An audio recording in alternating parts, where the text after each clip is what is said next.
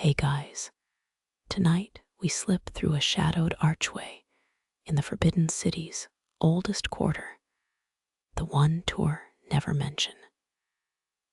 Your boots crush abandoned sugar cubes scattered like haphazard stepping stones.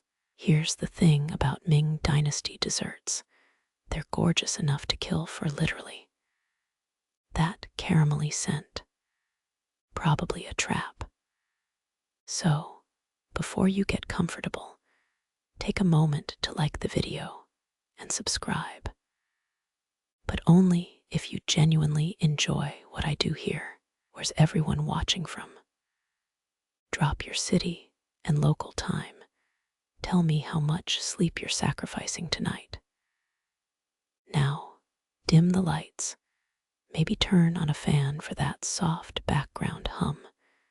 And let's ease into tonight's journey together. You freeze before a crooked oak door, its surface dusted with crystallized honey. Lotus blossoms coil across the wood, each petal deeper than the last. Historians still argue whether these carvings were just decor or coded maps to hidden pantries. Your fingertip brushes the iron handle, it's warm. Inside, heat slaps your cheeks. Rose petal sugar hangs in the air like visible steam. Imperial kitchens often used floral syrups. The Ming court adored perfumed sweets. But this smells like someone bottled a dozen weddings. You sidestep a cracked mortar, its bowl crusted with purple warning, forbidden recipe residue. Let's pretend it's ube spread. A bamboo shelf sags under bone china bowls, each holding solid spills of milk candy. The real-life Ming Dynasty thrived from 1368 to 1644. But in this room, time collapsed centuries ago. Your sleeve snags a cobweb strung between jars. It dissolves with a PSSSH sound, leaving glitter on your wrist. Toxic? Hopefully not. Something crunches underfoot, you glance down. Oh, sapphire blue sugar shards dyed with ground lapis lazuli. Palace records mention edible gemstones, though I doubt your dentist would approve. You crouch inhaling bergamot and something. Fermented. Behind you, a drip keeps tempo. Plink, plink, plink from a leaking rice wine barrel. 3 marble counters form a stained triangle, each etched with circular grooves. Kneading stations, obviously. But why would imperial cooks need 69 mixing slabs? I'll save you the math. This kitchen trained dozens, all working 6-hour shifts daily. The dynasty fed 5,000 nobles, easy payroll if you ignore the mandatory taste testing risks. You trail fingers along a rusty cleaver, only to recoil. Its handle's tacky, like dried lychee juice.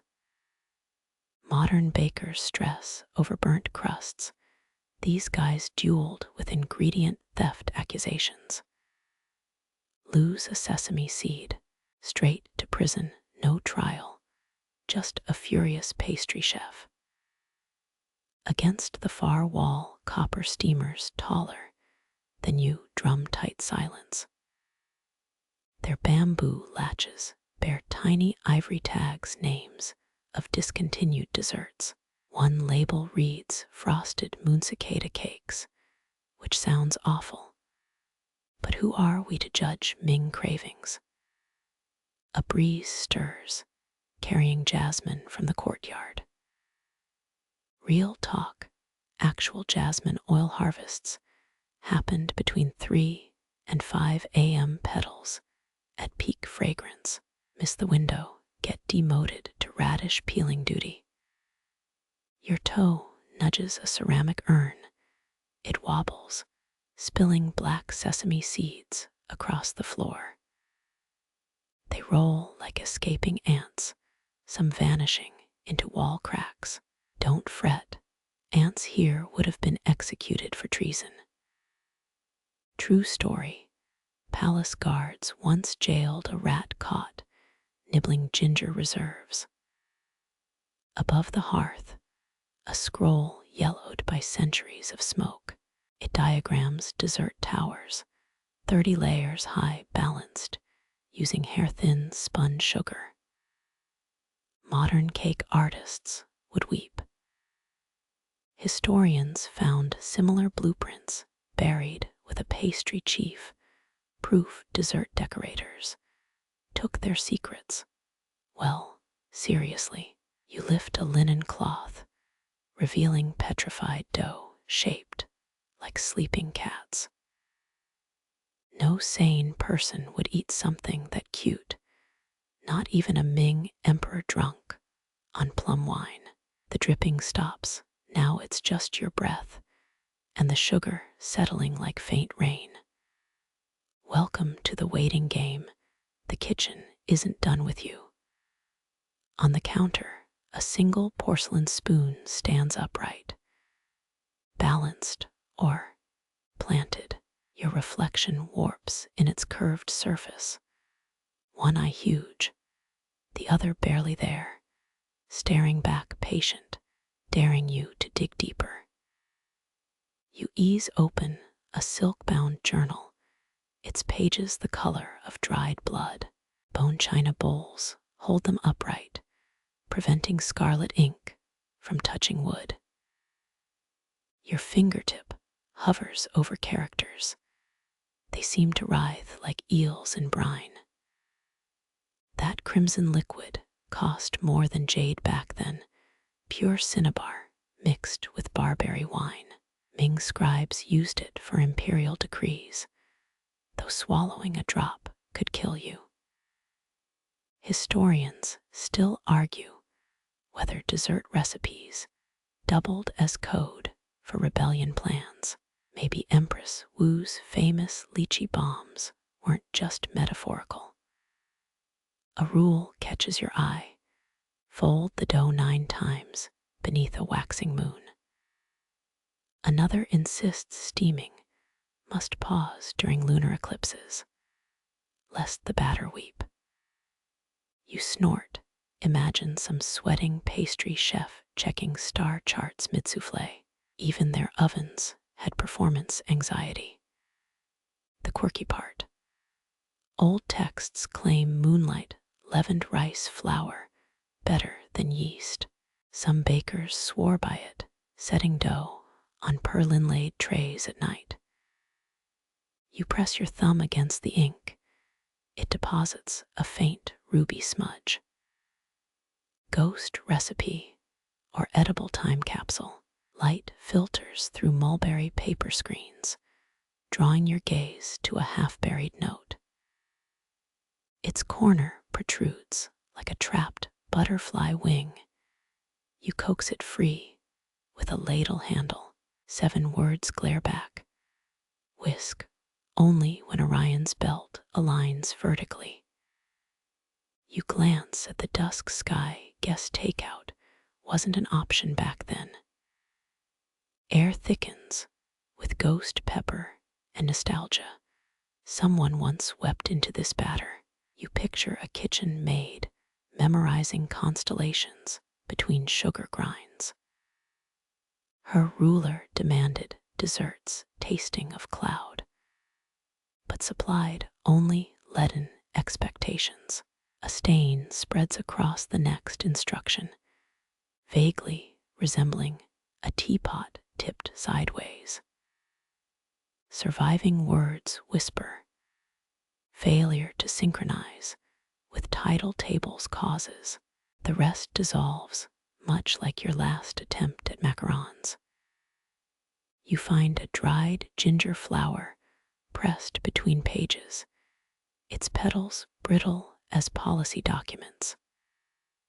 Crumbling, it releases a sneeze and the scent of forbidden apologies. 300 years later, we still mimic their lunar superstitions, just called it biorhythm baking now. Silk threads unravel from the journal's spine, each strand dyed imperial yellow. Pull one and risk unraveling a dynasty's sweet tooth secrets. Your hand retreats, suddenly aware how easily sugar mirrors power. Both leave residue long after dissolving. Behind you, a bowl clinks like a misplaced haiku. Moonlight now strokes the crimson ink, making letters pulse like slow-moving lava. You lean closer, certain the recipe just winked. Note: implemented rhythmic punctuation, phonetic safety, e.g., cinnabar over vermilion, barberry over schisandra, and strict sentence lengths. Included historical cinnabar usage, fringe lunar leavening theories, and open debate on rebellion codes, all nested inside sensory narration. Voice blends dry humor, performance anxiety ovens, with ASMR-ready textures, brittle as policy documents. No metadata escapes. The scent shifts, burnt sugar, replaced by sourdough fermenting in bamboo baskets. Behind you, a low hum, like a beehive spun from a grandmother's voice. Lantern light spills over a marble counter. A white-haired woman kneads dough there. Her hands move faster than your eyes track, one crushing cardamom pods, the other shaping rice flour into crescent moons. Historians agree glutinous rice dominated Ming desserts, though royals lied about how much they ate. 69 folds, not 70, breaks the honey's tendons. Her gaze stays fixed on the dough, wrinkles deepening around her mouth like pleated silk. You squint. The sticky mass resembles larvae, glistening under oiled palms. She slaps it onto a jade slab dusted with pine ash. Rolls once, wait, counts 7 heartbeats, rolls again. Your turn. Your fingers sink into the paste, still warm from her grip. It clings like wet clay, rejecting your clumsy pressure. She tusks, knuckles brushing yours in correction. Evidence exists of Ming kitchens hiring elderly women believed to carry cooler body heat. Quirky scrolls alleged some chefs soaked their hands in iced chrysanthemum tea. You suspect arthritis did the work, not magic. Faster before the rice remembers its grains. You fold, counting under your breath. 34, 35, your wrist aches. Historians still argue whether these techniques purified desserts or just burned off palace boredom. She smirks, plucks a bronze ladle hanging from her sash. Skip numbers, let your shoulders count. Dough slaps the slab, your version uneven, bulging like a drunk toad. Hers resembles folded satin. The room smells of yeast and bruised expectations. She snorts, dips a brush into steaming water. Larval honey needs coaxing, not bullying. The bristles paint the dough's surface, shimmering trails evaporating instantly. Your arms feel like overcooked noodles. Here's the thing bakers collected pre-dawn do for pastry glaze. Documents confirm it. But fringe texts mention virgin dew, gathered only by unmarried girls carrying silver thimbles. This woman clearly used whatever rained down. By fold 59, the dough glows translucent, revealing honey veins swirling beneath. Your thumb presses too hard, a viscous tear wells up. Sacrifice. She catches the droplet on a mooncake mold, smears it over engraved characters. The honey hardens, spelling mediocre in cursive script. A breeze sneaks through courtyard shutters, extinguishing 2 lanterns. She relights them, using embers cupped in her palm, bare flesh touching coal. Not even a blink. The 69th fold completes, the dough now round and smug, defying gravity's nagging. She nods, places it in a lidded basket woven from young rattan. Raise the dead, or just this dessert your choice. Silence pools between you, broken only by her needing another batch. Dusk purples the windows, beeswax candles gutter, their smoke drawing phantom characters overhead. One resembles a rice stalk, another a broken steamer. You don't mention it. Some messages taste better unsolved, her fingers finally still, coated in honeyed dust up to the wrists. She scrapes it off with a mussel shell, offering you the crumbs. You eat, sweetness dissolving into something darker, like secrets steeped in syrup.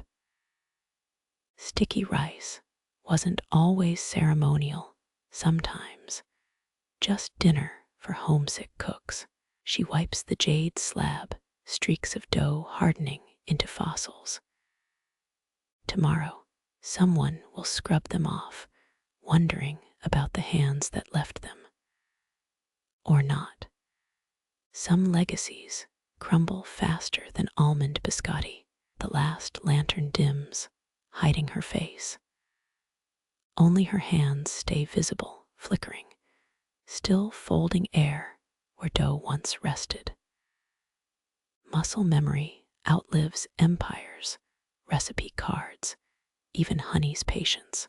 Damp night air clings to your sleeves, somehow heavier than the honeyed dough from before.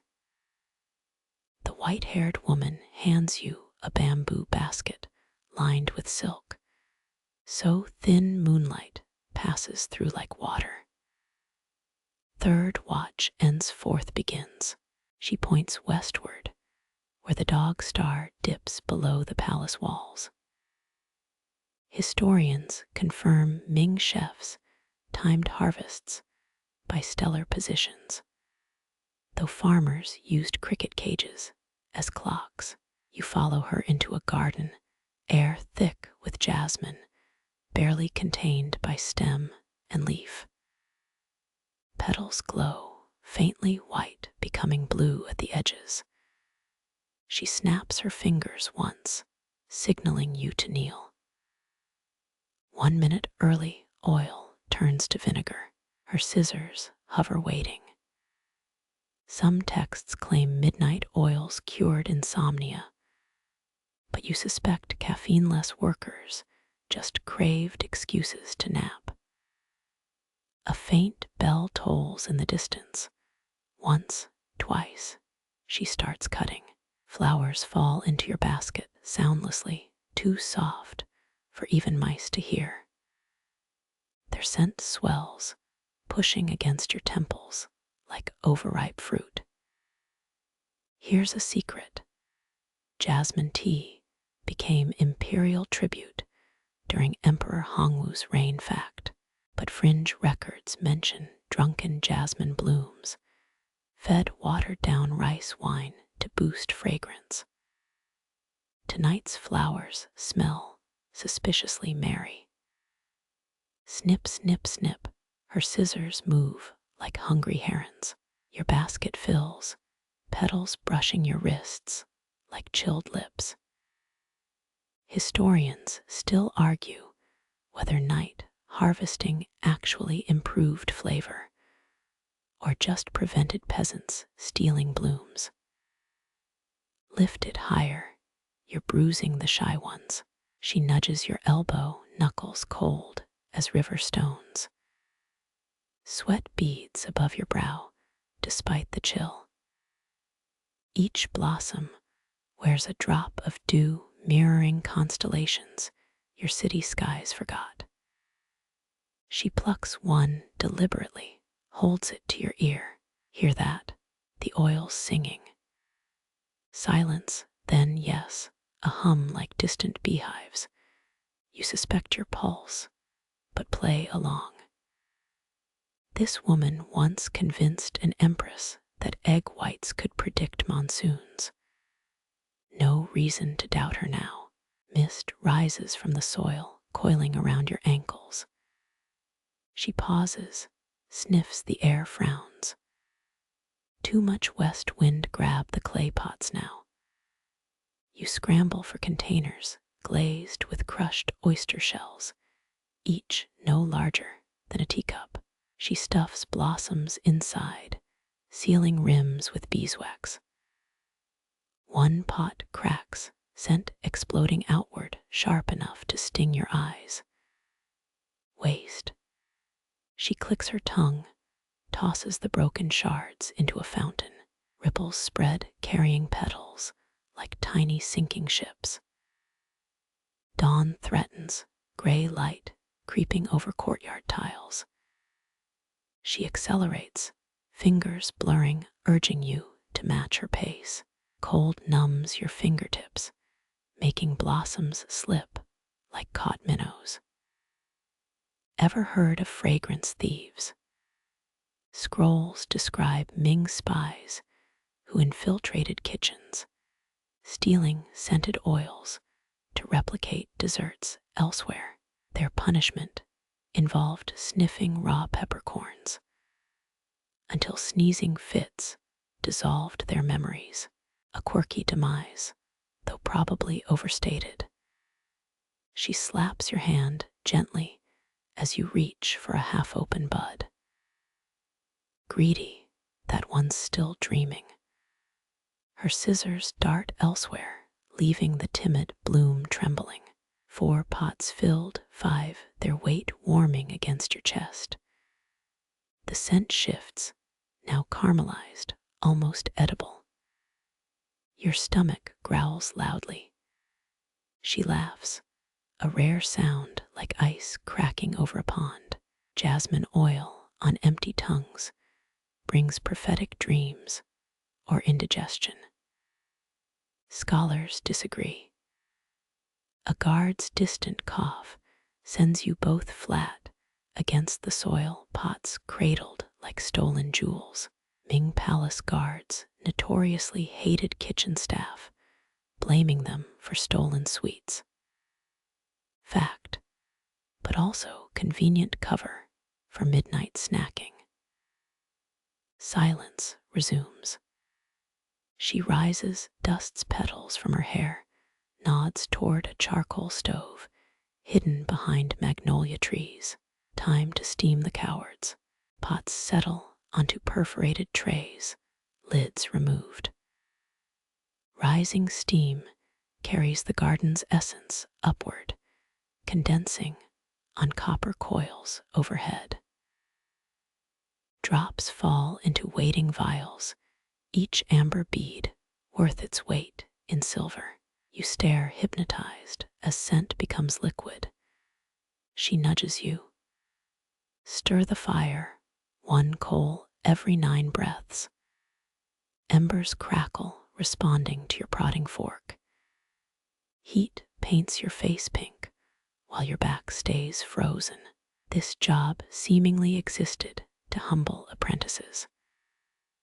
1 vial fills, its surface swirling with rainbows like a floating slick of oil. She corks it, presses it into your palm. Hold this, pray you never need to sell it. The vial warms, pulsing gently, as if alive. Jasmine notes coil around your throat, too potent now almost cloying. Historians debate whether night-harvested oils contained narcotic properties, or if chefs just inhaled too much while working. Frankly, both seem plausible. Dawn ruptures the horizon, splashing gold over the garden. The woman extinguishes the stove with wet sand, hissing protests, swallowed by daylight. Your eyes water from smoke or beauty, who knows? She pockets 2 vials, hands you 3. Hide them in rice barrels. Moonlight degrades the cowardly ones. You obey, nestling glass among ivory grains.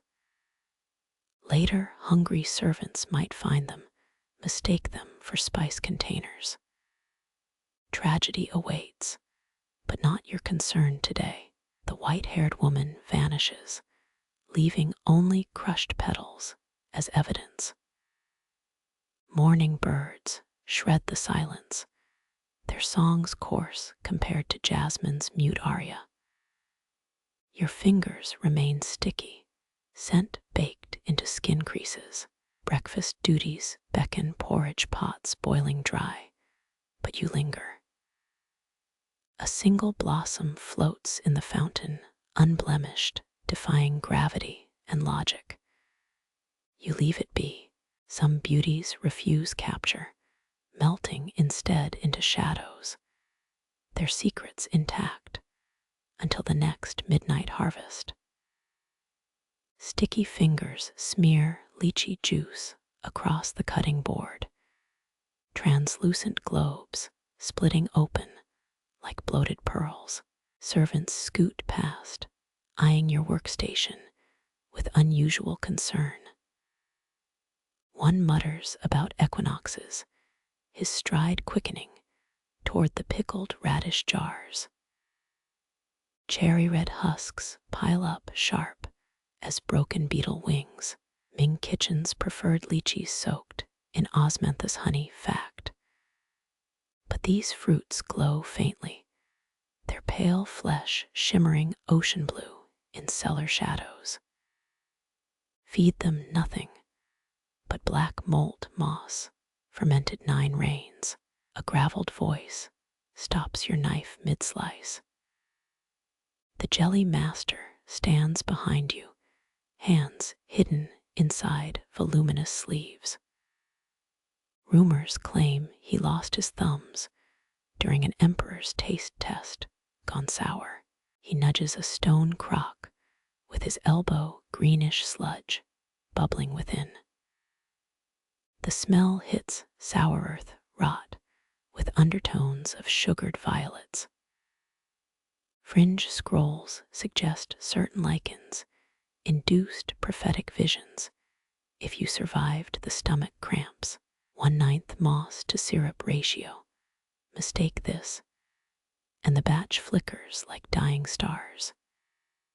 His sleeve flicks toward copper pans, already sugaring with crystalline frost. Historians debate whether ghost fire jellies actually glowed, or if chefs added crushed firefly abdomens for drama.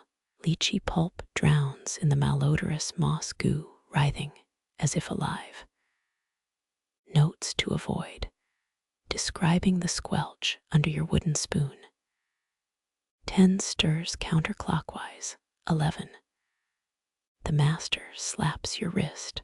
Rhythm matters, count by heartbeat, not clumsy math. Your pulse spikes, jelly liquid churning to its frantic tempo. Pale blue intensifies, casting wavering light on ceiling rafters. 3 kitchen boys pause, peeling lotus seeds, fear frozen mid-motion. 1 whispers tales about jellies that ate shadows, leaving diners sunburned in moonlight. Servants now avoid the cellar altogether, their gossip vine states. Scoop, the master points to agar-agar flakes, their slivered forms resembling fish scales. Portioning turns tricky, your ladle trembling. One flake over, and jelly solidifies too fast. 17 flakes, 18. Hesitation costs more than error, dump it. You obey, flakes swirling into neon moss broth.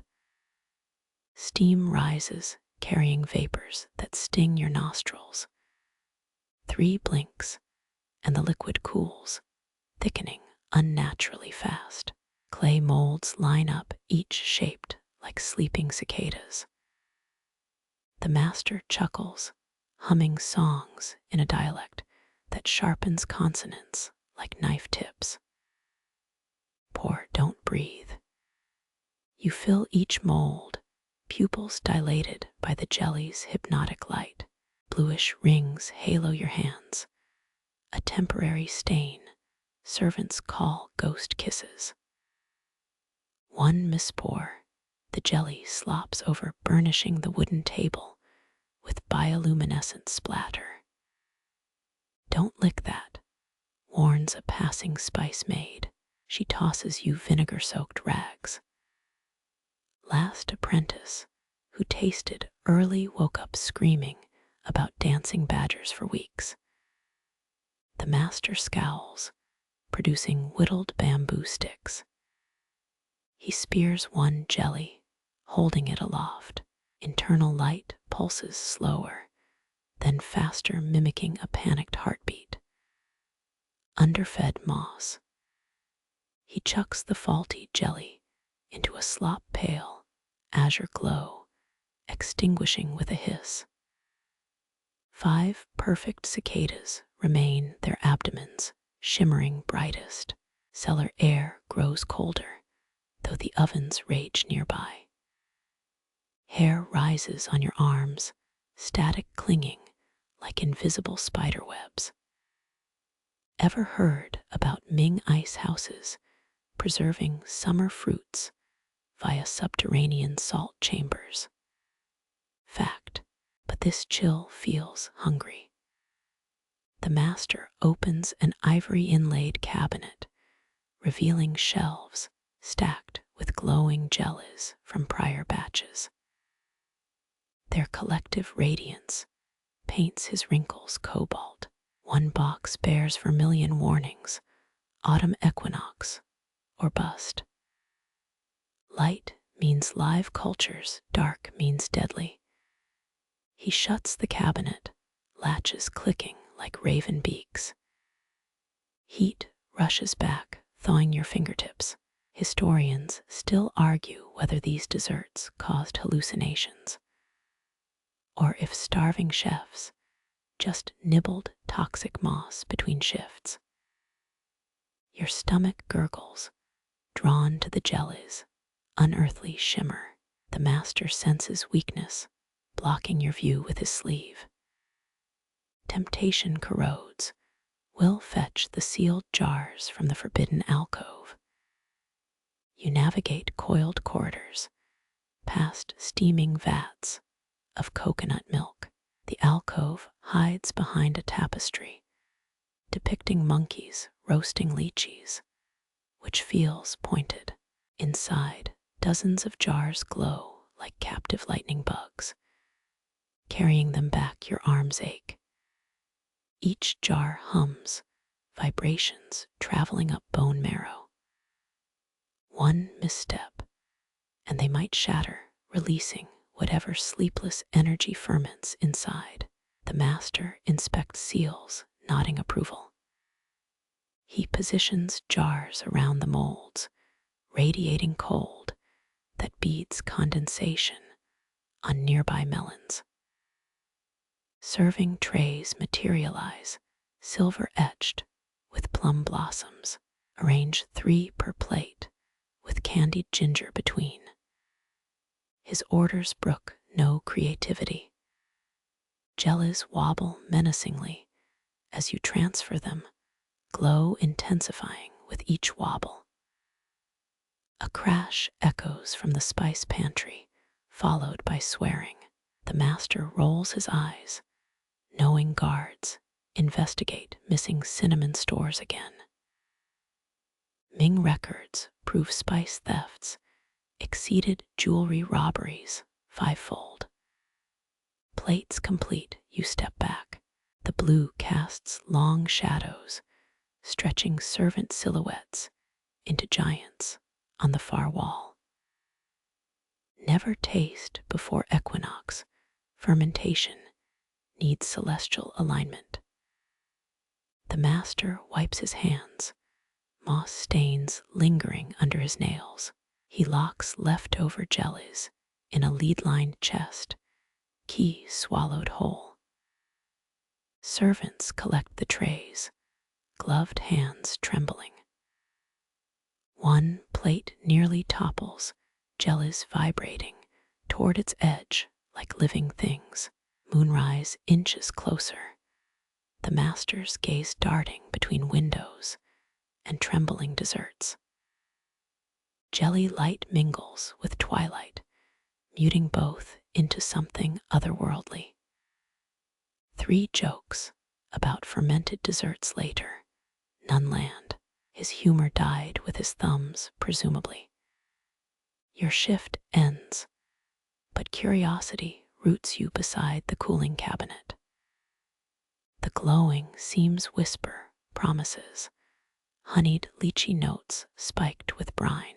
A vinegar rag remains, stained blue where it blotted spills. You raise it slowly toward your tongue.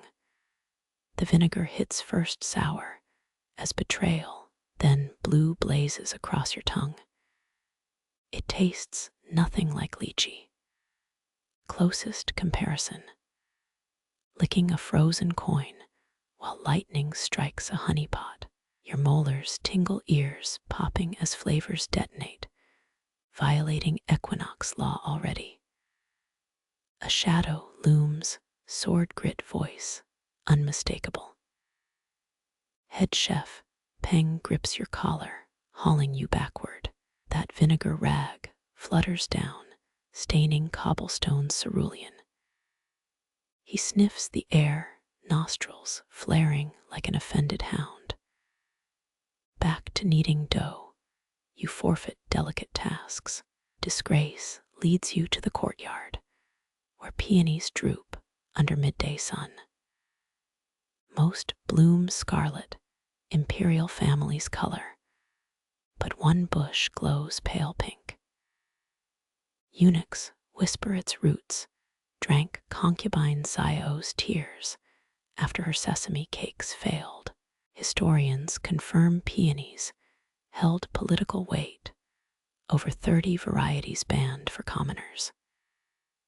You crouch to deadhead wilted petals, fingernails scraping dirt. Something clinks beneath the soil, a glint of oyster shell. Digging reveals a stone slab, warm despite being buried. Peng materializes, boots crunching gravel. Peonies hide failures and ovens that burn them. His shovel strikes the slab, revealing a descending stairway. Heat wafts up dry as a dragon's exhale, mixed with caramelized sugar. Peng lights a rush torch flame, guttering in the sudden draft. Concubine Xiao's kilnshi designed its uneven heat herself. Steps descend into a domed chamber, walls lined with iridescent oyster shells. Ming builders used such shells for insulation fact. But these shimmer unnaturally, radiating greens and pinks like abalone.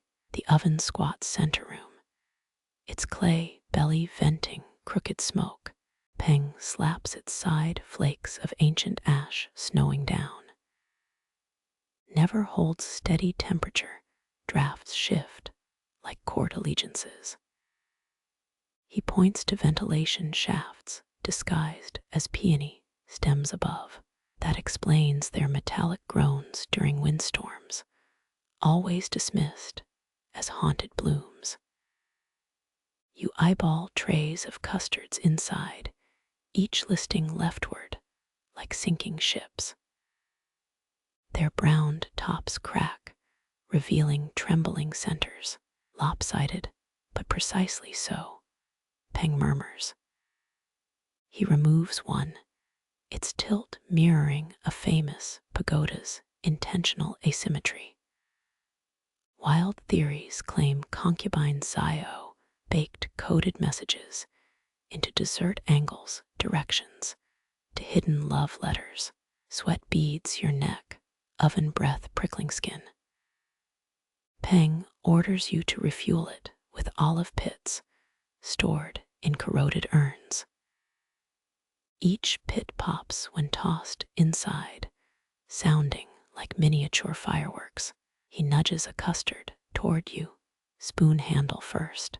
Tastes of rose, orchid, burnt regrets. The first bite coats your tongue, smooth then granular, sweet then briny. It shouldn't work, clashing flavors, yet harmony emerges. Peng smirks. Xiao new imbalance creates depth, unlike those symmetry-obsessed fools upstairs. He gestures ceilingward toward the Emperor's quarters. Records show Xiao fell from favor after refusing to standardize her cake shapes. True rebellion. Tend this oven tonight, stir the custard every hour.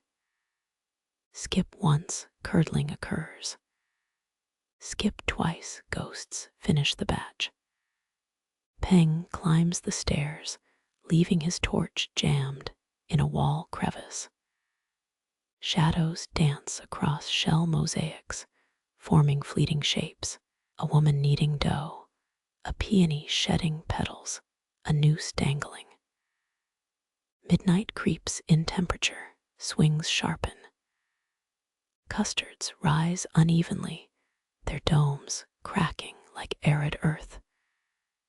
You stir, copper spoons scraping against scorched ceramic. A draft whistles down peony vents, carrying a woman's sigh.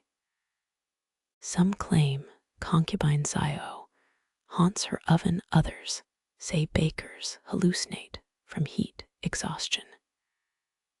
The debate thrives in academia. Historians still argue if concubines actually baked or ran clandestine postal hubs. One scholar insists Xiao smuggled battle plans inside walnut cakes, hence her sudden illness post-collapse. Dawn nears custard's stabilized slant, now a consistent 11 degrees. Peng returns, sniffing each tray like a sommelier. He rejects 3 for overperfection and selects 4 leaning boldly leftward. Xiao preferred audacious flaws, hid crushed jade in them once. Eunuchs found gems in the Emperor's stool, triggering her downfall. Cleanup reveals hieroglyphs etched under the oven, likely Xiao's hand. Peng deciphers aloud. Fire chooses shapes, not hands. He rubs soot from a final symbol, a lopsided heart. As you exit, sunlight blinds momentarily. Peng locks the slab, burying secrets beneath thirsty peonies. He drops the key down a well, splash echoing up, then hands you a warm custard. Burn this memory, or her ghost recruits dessert thieves. The first bite melts, flavors blurring before sharpening into something bittersweet. It tastes like forgiveness, or maybe just really good eggs. You glance back, peonies rustle without wind, petals forming a crooked smile against the soil. He hands you the granite mortar, still warm from last night's grind. Moonlight glints off its pitted surface, worn smooth by centuries of red beans. Dawn arrives when the paste becomes lighter than air. Peng mutters, disappearing into shadow. You squint at the rough-textured beans, each no larger than a mouse's ear, dried to near purple. They rattle like temple prayers as you pour them in. The pestle feels cursed, carved from quarry stone heavier than regret. First crush releases dusty sweetness, an aroma of caramelized earth with notes of forgotten cellar corners. 5 minutes in, your shoulders burn, pulse thudding in your palms. Historians note Ming Dynasty kitchens prized granite mortars. Nut pastes achieved superior smoothness this way, fact, but none mention how the stone drinks your strength, thirsty as desert sand. Embers glow through cloth-wrapped bricks, encircling the mortar's base, heat coaxing, oils from stubborn husks. Peng materializes, wiping sleep from his eyes, adding snowmelt now. He dribbles icy water between pestle strokes, steam hissing upward. Temperature contrast is crucial. Beans must expand and contract rapidly, like hearts under interrogation. He adds, a rare joke. Hours blur, arms trembling, rhythm reduced to survival. The paste darkens, morphing from bruised violet to deep mahogany reflectance, like wet ink. Peng inspects progress by dipping a jade hairpin, demanding it emerge spotless. Impurities cling to laziness. He growls, tossing a contaminated batch to eager sparrows. At intervals, he feeds more embers, each bundle wrapped in lotus leaves. A fringe technique, claiming smoke, grants ethereal lightness. Your pestle slows, dawn threatening violet at the horizon. Peng slaps your wrist. 79% done, don't falter. How he calculates this sorcery or arrogance remains unclear. Legends claim master grinders hallucinate blue rabbits, offering encouragement, a symptom of fatigue, and inhaled bean dust. You see only blisters, blossoming like tiny mushrooms across your palms.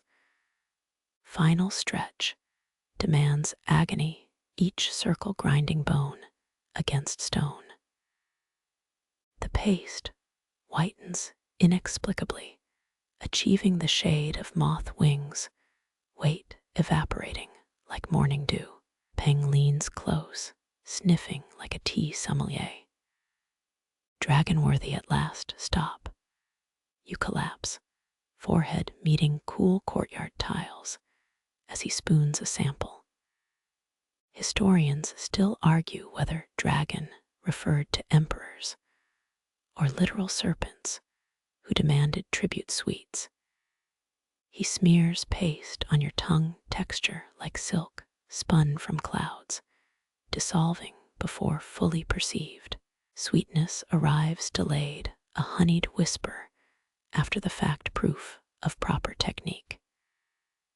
Peng stores the batch in bamboo tubes, sealed with beeswax. Melt one in boiling water, he advises. Ghosts will weep for joy. Sunrise illuminates discarded husks, already reassembling into shadow rabbit shapes. Hopping towards the eastern walls, you find the walnut box, smaller than your palm, wedged beneath a mildewed ledger. Its hinges whisper open, revealing a two-pronged fork, tarnished blue at the tips. Xiao, Zhangxian's little mistake, Peng remarks, peering over your shoulder, balanced troublemaker. The silver feels unnaturally cold, as if stored in winter's ribs. Historians confirm Ming empresses used silver utensils, detecting poison through tarnish fact. But this design defies logic. Tines too short for meat, too dull for fruit. You lift it, nearly dropping the thing as it emits a faint hum. The prongs align in your grip like compass needles, vibrating toward the kitchen's northwest corner. Peng freezes, never that direction. His usual calm cracking like overbaked custard. Legends say Empress Xiao requested this fork after surviving 3 poisonings, each attempt foiled when her utensils shrieked. A dubious claim, yet the metal vibrates again, singing against your calluses, sound wafting toward floating dust motes. Balancing it flat on your palm becomes a puzzle, the handle weighted like remorse. One false tilt, the fork chimes, a clear note echoing off copper pans, sending rats scattering across rafters. Peng hisses, snatching a towel to muffle the sound. Guards track that chime, recipe thieves hanged for less. His fingers tremble, unseen before now, as he wipes frost patterns blooming on the fork's surface. Fringe texts claim meteorite silver sweats when near impure ingredients, hence the dampness. Peng forces calm, directing you to a stone counter, spreading roasted lotus seeds as counterweights. Xiao lost this during unpleasantness with her pastry chef. He murmurs, arranging seeds like tiny fortifications. The fork steadies barely as you lower it onto black jade. Silent at last, though you swear its shadow still trembles. Historians still argue whether tainted forks were warnings or assassination devices in their own right. No consensus. Ever a flicker of memory, Empress Xiao's portrait, hanging in the Hall of Forgotten Flavors, thin face, framed by culinary instruments. Her reign saw 7 head chefs executed, 3 for undercooked puff pastry alone. You ask if this fork caused those deaths. Peng's silence stretches long enough to ferment doubt. Tools never kill, he finally says, spinning a lotus seed like a rogue planet, but in balance. That always does. The fork's left tine now points toward your chest, implacable as a blade. Resting it on sugared parchment softens the humming its cry, absorbed by crystalline sweeteners. Peng dares a half smile. Sugar was Xiao's weakness, sprinkled on duck tongues, dusted over scorpion tails. He peels back the fork's handle, exposing hollow chambers within now clogged with centuries-old honey residue. Faint letters engraved inside. X marks the safe bite. A chef's dark joke, or genuine safeguard, lost to mold and time. Peng nudges you toward a half-hidden staircase, dust motes fleeing your sleeves like startled sprites. Leave that cursed fork. We harvest before twilight, he murmurs. Upstairs, a hollowed pagoda rooftop shelters hives, unlike any you've seen. Their bamboo hexagons, silent as tombs, peachwood lattices, filter amber light. Each hive dangles by silk threads thinner than spider venom. No buzz, no drone, just your own breath fogging the honey-stung air. Real beekeepers trained Ming royals, historical records prove honey tributes arrived monthly at the Forbidden City. Fact. But these hives defy sense. Their stillness feels less peace and more suspended breath. Peng hands you a scarf dipped in fermented peach sap, sour sweet tang wrinkling your nose. Muffle your mouth. The queens dislike human speech, he warns. Quirky manuscripts whisper that Ming beekeepers imitated cricket chirps to calm swarms. Absurd. Yet Peng parts his lips, emitting a flawless metallic trill. You peer inside a hive. Its honeycomb gold-streaked like imperial brocade. No worker bees in sight. Tiny crystal tubes connect hexagons. Viscous liquid pulsing within no thicker than plum syrup. Peng scoops residue with a jade spatula. Peach-fed queens nurse larvae between their wings. Silent care. The process feels monastic, muted, far from the chaos of outside markets. Such orderly hives might explain records of royals gifting honey jars as diplomatic weapons, promising sweetness with unspoken threats beneath. Historians still argue whether Ming keepers bred these silent strains or stifled hives with enchanted smoke. Debate rages dusty archives. No bottles survive. Court documents claim royal honey contained sunbeams. Poetic nonsense, you think, until your spatula drips viscous gold onto parchment. The droplet solidifies midair, landing as a tiny perfect bell. Its chime echoes the fork's earlier cry, but softer, sadder. Peng catches it, grim. They sing when separated, harvest quick. Your thumb brushes a honey cell, sticking instantly, the scent of October peaches and candle smoke invading your nose. Down comes the crystalline goo, layer by layer, onto cedar panels. Painters once used this honey for portrait varnish, ghosts of their subjects shimmering through the coats. Peng mentions an olden carpenter's tale. Hives hung eastward prevent balcony hauntings.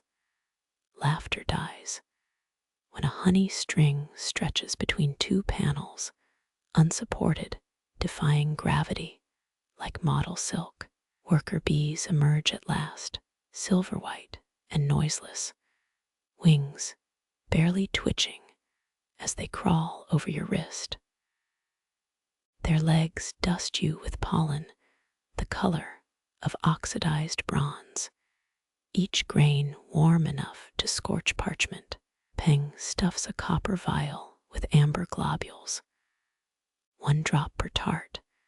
No more bodies reject sweetness if overdosed. You nearly joke about modern sugar addictions.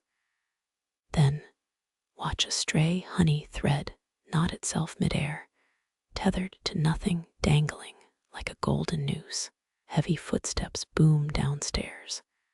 Peng jams the vial into your sash, smearing honey across silk. A guard's spear butt thumps against the ceiling below, plaster snowing onto hives. Silent bees swarm your ankles, not stinging, urging, herding you toward a hollow bamboo pillar.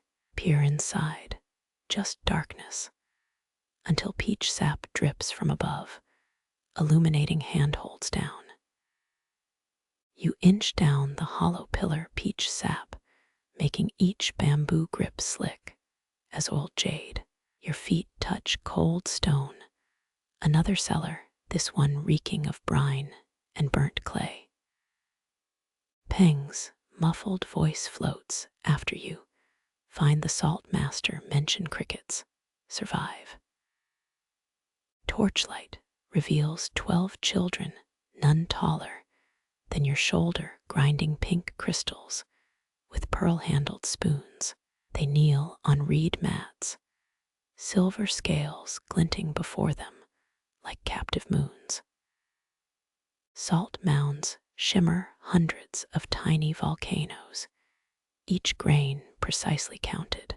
Crumbling ledgers claim Ming chefs purified salt via 36 rinses, an exhausting fact, while these kids endure worse. A skeletal woman blocks your path, her apron crusted white as winter frost. Spy or hungry ghost, she rasps, chin jutting toward the tallest apprentice. The boy trembles, spilling 5 grains into his sleeve seam instant shame. Historians still argue whether imperial kitchens favored short workers for speed, or superstition about tall thieves' archives offer only menus. You mutter crickets chirp at midnight, triggering the woman's first smile yellowed and thin as rice paper. She thrusts a spoon at you. 17 grains already counted prove you spot the fake. The salt glints cruelly under lamplight, some grains jagged, some polished smooth by mortar grinding. You recall an absurd peasant tale. True salt squeaks when rubbed on Buddha statues. Nonsense. Yet press a grain to the cellar wall. Silence. The children stifle giggles, their spoons trembling.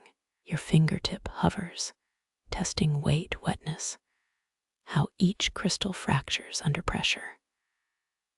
Another boy, smallest of them, all nudges a suspiciously rounded grain toward you. It dissolves instantly on your tongue, bitter betrayal. Sugar, discard the grain. The mistress snaps her knuckle, cracking the boy's scale. His arm flinches, not from pain, from precision. One by one, apprentices add grains until scales tip. Elimination comes swift, a slammed ledger, a dismissed child vanishing behind black curtains. The tiny boy remains scooping salt with mechanical calm. You notice his trick, breath held after counting 14, the stillness preventing scale tremors. 3 breaths per measure, same rhythm peng used for honey. Ming kitchens ran on such hidden patterns. Torch smoke stings your eyes, salt dust crusting your lips with the taste of dried seas. One girl falters, sneezing, her entire bowl scattering across stone. The mistress drops a new sack before her. Start over, dawn approaches. Hours crawl, your knees hardening into stone. Count, discard, breathe. Count, discard, scream internally. When only 3 children remain, the mistress produces a jade box, its interior velveteen black. Mountain salt from Gansu tunnels, harvested during leap years, she announces. 1 crystal per apprentice, each larger than a mouse's tooth. The tallest boy licks his falters, spits. Sour. The girl rubs hers until it sparks faintly blue, static, clinging to her sleeve. The tiny boy waits, places his crystal under his tongue, and swallows saliva slowly. His scale balances perfectly. You realize the trial's cruelty. True mountain salt absorbs moisture, gaining weight with patience. Cheat by waiting, win by dehydration. Dawn gilds the cellar stairs as the mistress banishes the taller 2, their shoulders slumped like overproofed dough. She hands the victor a jade spoon, its handle carved with creeping ivy. Now teach the spy your trick, she croaks, vanishing into shadow. The boy stares up, eyes older than the forbidden city's foundations. He taps his scale once, hard, making 17 grains jump, then land, perfectly realigned. Hunger helps, he whispers, offering you a grain that tastes of rain-soaked granite and perseverance. The sour grain still puckers your tongue, its bitterness softened now by the boy's bow. He leads you past steaming vats, toward shelves stacked with frost-clouded jars. Inside, red berries float like tiny cracked hearts, hawthorns from Changbai Mountain, 99 days in snowmelt. He murmurs, knuckles whitening on a jar's porcelain lid. You taste one tang sharp as a warlord's betrayal, but beneath lurks something medicinal, muted yet insistent. Ming physicians prescribed hawthorns for digestion. Scrolls confirm this, but palace records mention a darker use. Servants whispered they cured imperial concubines of inconvenient pregnancies. A fringe theory modern scholars dismiss. Historians still argue whether court doctors documented poison making or just creative desserts. Their ink blurs both purposes. You crunch another berry, noting its core stays stubbornly white. Normal seeds should brown, these look preserved in vinegar or fear. The boy drags a stool beneath shelves, climbing to reach a ledger furred with mold.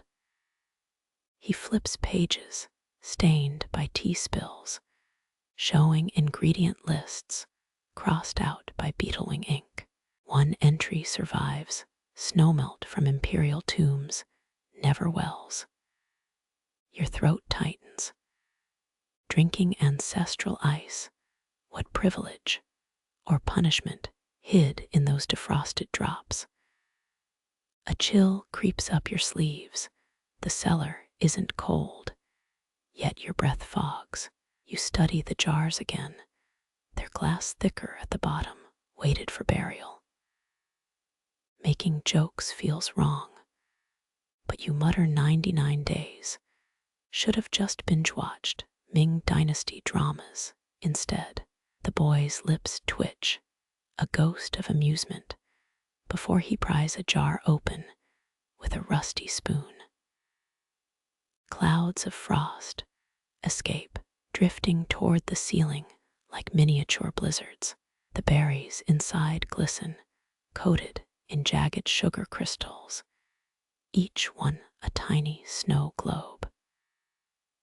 You take two, balancing sour against sweet, when a numbing sensation spreads under your tongue. Emperor's added ground pearl powder to hide the taste. The boy explains, handing you a mortar speckled with iridescent dust. You grind a berry, its paste swirling pink-gray, identical to palace frescoes, showing mythical elixirs. Bittersweet memories flood your mouth, cherry blossoms in rain-burnt honey. The metallic tang of a copper coin held too long. Neuropsychologists would call this involuntary sensory recall. Imperial chefs just called it effective. One recipe scrap reveals a wild ingredient, whale milk listed beside hawthorn pulp. Extinct now, those Arctic titans, their richness stolen for dessert stabilizers. Did concubines clink spoons over whale-fat custards, ignoring the blood veining the sea? You spit the paste into a lotus-shaped bowl, its surface rippling silver. Forbidden alchemy stares back, tainted sugar glittering like crushed stars. The boy taps the ledger again, a censored note beside the recipe. Imperial physicians demanded this page removed, but someone sewed it into a pillow. Faded characters, worn of overdoses, causing permanent floral hallucinations, victims smelling roses till death. Outside, wind howls through kitchen vents, mimicking a woman's laugh. Cold seeps into your bones now, the jar's frost gnawing through wood shelves. Modern recreations fail. Hawthorns soak in filtered water, missing two minerals that leached iron or regret into ice. You flinch, half expecting guards. But it's just a cat leaping down from spice racks. It eyes the berries hungrily, then retreats tail, twitching with distaste. 3 jokes remain unspoken as your fingers prune from jar frost. The boy opens another ledger, its pages soft as moth wings. A sketch shows hawthorns pierced by silver needles. Each berry bled onto silk strips. Dried drops became tear substitutes for empresses too powerful to weep publicly. Tonight's moon stains the cellar floor cobalt, your shadow stretching like an anxious scribe's brushstroke. You pocket one frosted berry, its chill seeping through fabric, promise and poison fused seamless. The boy blows out the last lamp, plunging you into sweetness-soaked darkness. 9 more cellars await. He sighs, already stepping toward a wall that hums, quietly, like a beehive buried alive. Its stones taste of hawthorn residue when you lean close, proof the walls themselves remember. The walls' hum deepens, vibrations tickling your palm as you press against stone. The boy scrapes moss from a hidden seam, revealing iron hinges crusted in crystalline orange, oxidation from tomb vapors. He explains, tugging, until a slab grinds inward, reeking of fermented honey and decayed parchment. Inside, scrolls hang like salted eels in a smokehouse, their silk darkened by centuries of kitchen steam. You unroll one, its banquet menu glinting with beetle shell ink. Crossed out desserts scream neglect, persimmon glazed boar snout, jujube stuffed camel hooves, lark tongue aspic. Historians confirm Mongol Yuan chefs served such absurdities to flaunt wealth. But Ming emperors banned them as barbaric.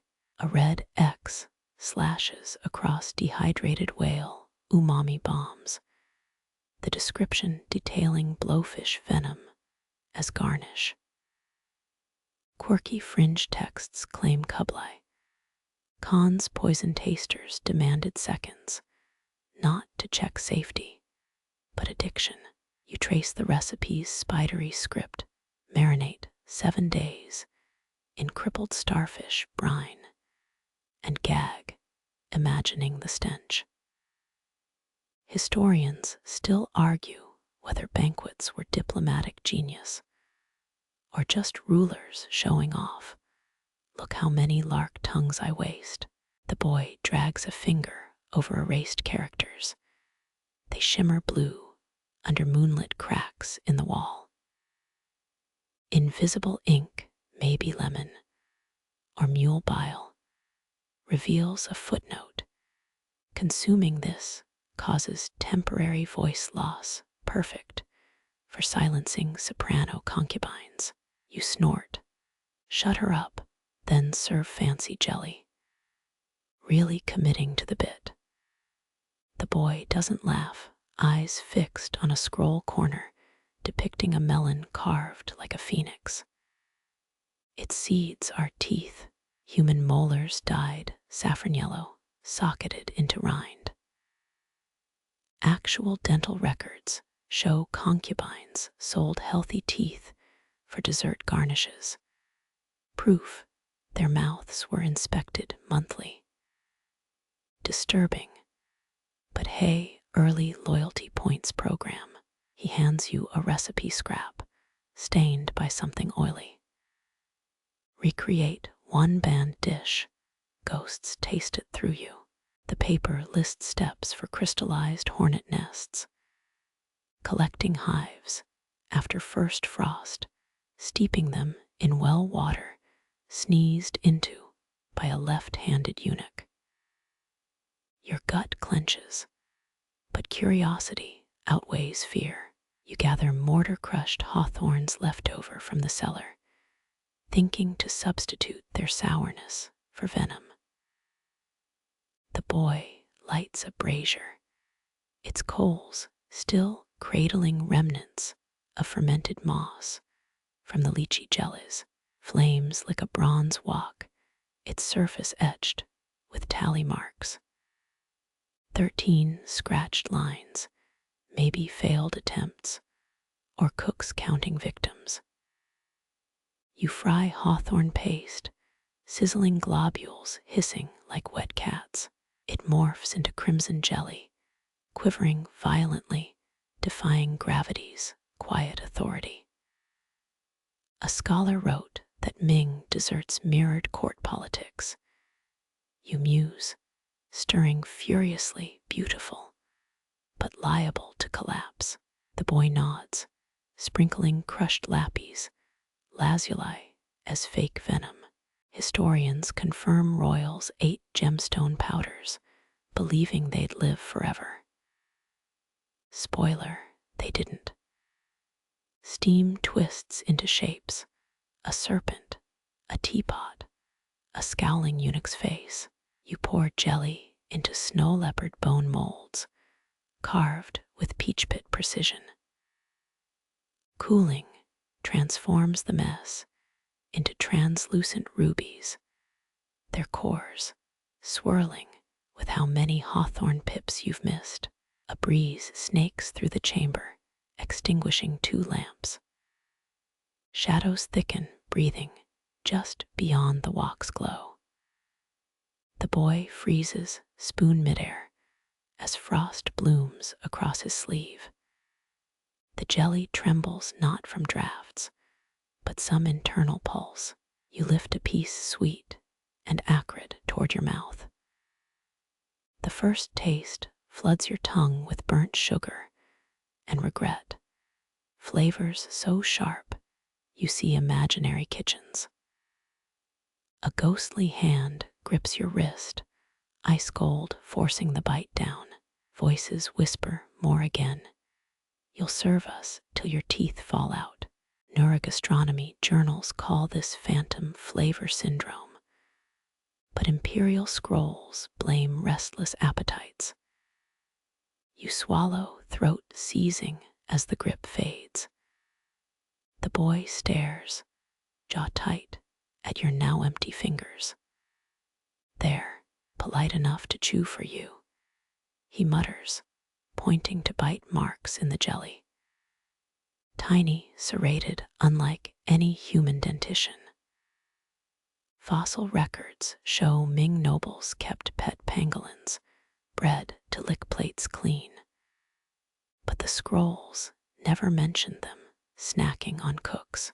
Heat spreads through your chest, not poison, just adrenaline playing punk rock with your heartbeat. The boy unrolls another scroll, this one detailing 5-poison pomegranate seeds. Another X marks wisdom, though small text suggests a Dowager Empress died eating these, then demanded seconds at her own funeral. You pocket the hornet nest recipe, a toxic keepsake, as the chamber's temperature plummets. Iron hinges creak, the slab door slowly shutting, guiding you toward moonlit corridors. Laughter echoes behind male and female clinking imaginary spoons. The boy wipes jelly residue on his robe, sighing. Never ask ghosts for reviews. They always want encores. His joke hangs stale, but accurate, as something invisible tugs your hair. Not painful, just insistent, like a child begging candy. You glance back once, the scrolls now glowing faintly blue rows upon rows of crossed-out delicacies, haunting their silk tombs. Whale umami bombs glitter under spectral light, promising third helpings, eternal heartburn, and the bittersweet hunger of history's lost palate. You wipe lychee jelly residue onto your sleeve, sticky ghosts of Section 12, clinging like bad advice. The corridor ahead smells different, not decay or fermented moss, but bitter almonds crushed underfoot. Every step cracks discarded shells, their curved halves cradling shadows. A storeroom materializes, no door, just an archway choked with hanging burlap sacks. Inside, almonds rain from ceiling chutes onto worn granite slabs. Most lay split sideways, like tiny mouths, mid-whisper, their exposed meat gleaming cream yellow. Ming records show imperial almond groves, shaded royal tombs. You mumble, kneeling to inspect a shell. True, but scrolls omit the weirder detail.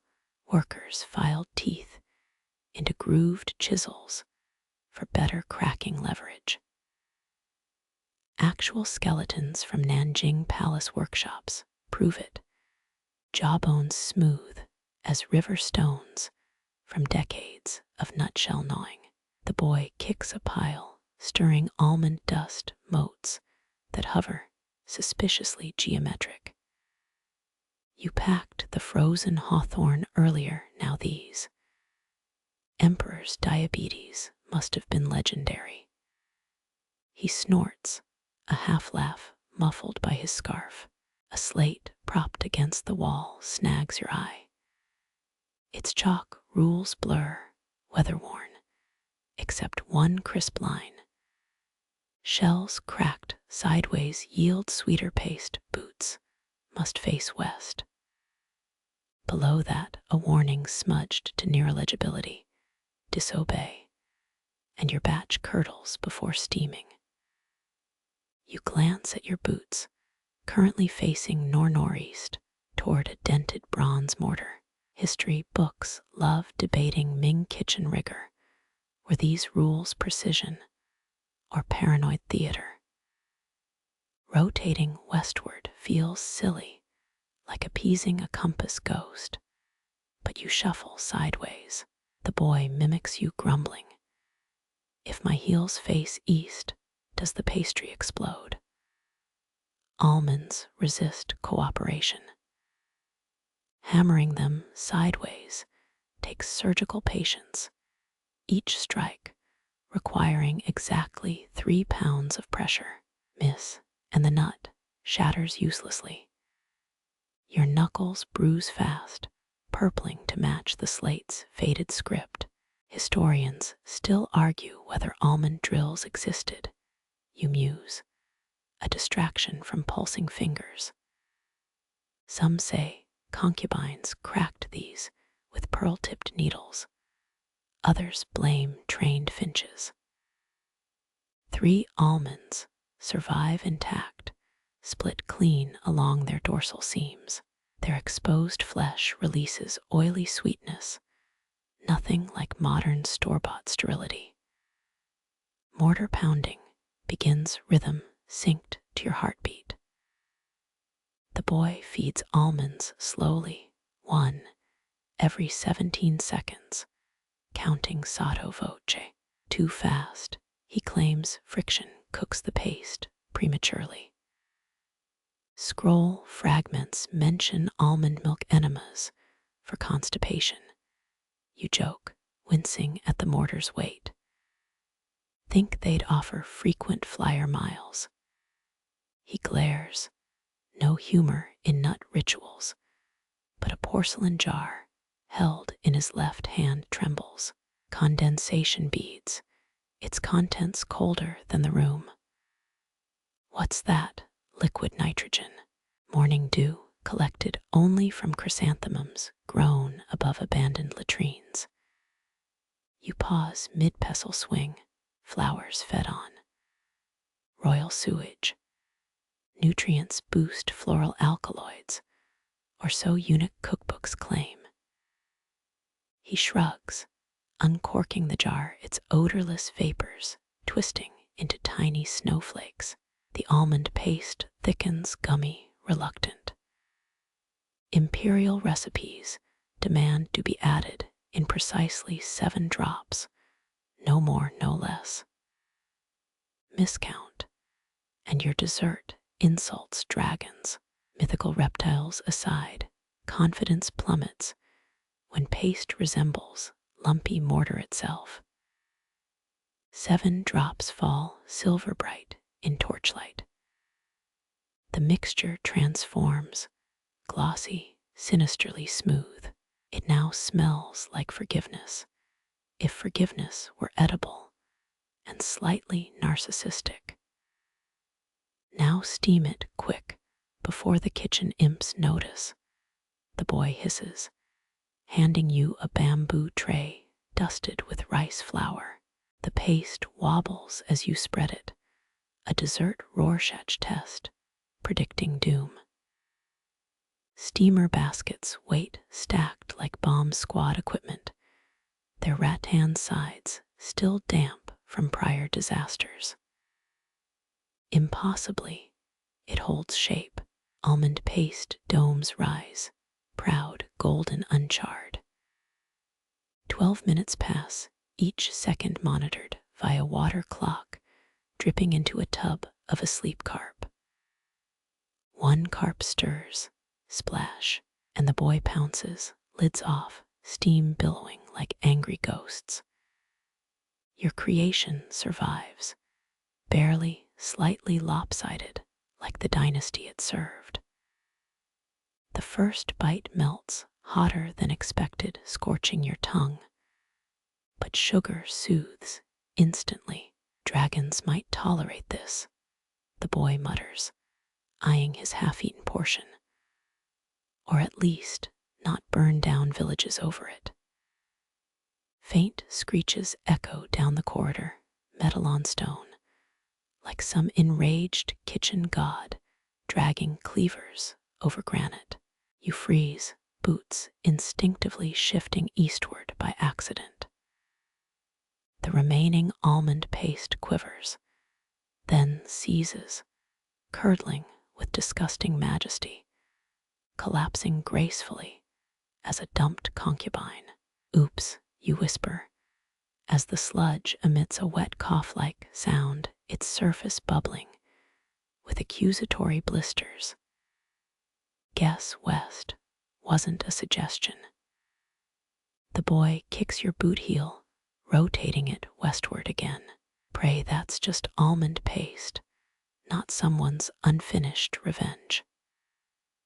From the steam, a new scent emerges, like water tinged with mung beans, the calling card of whatever waits.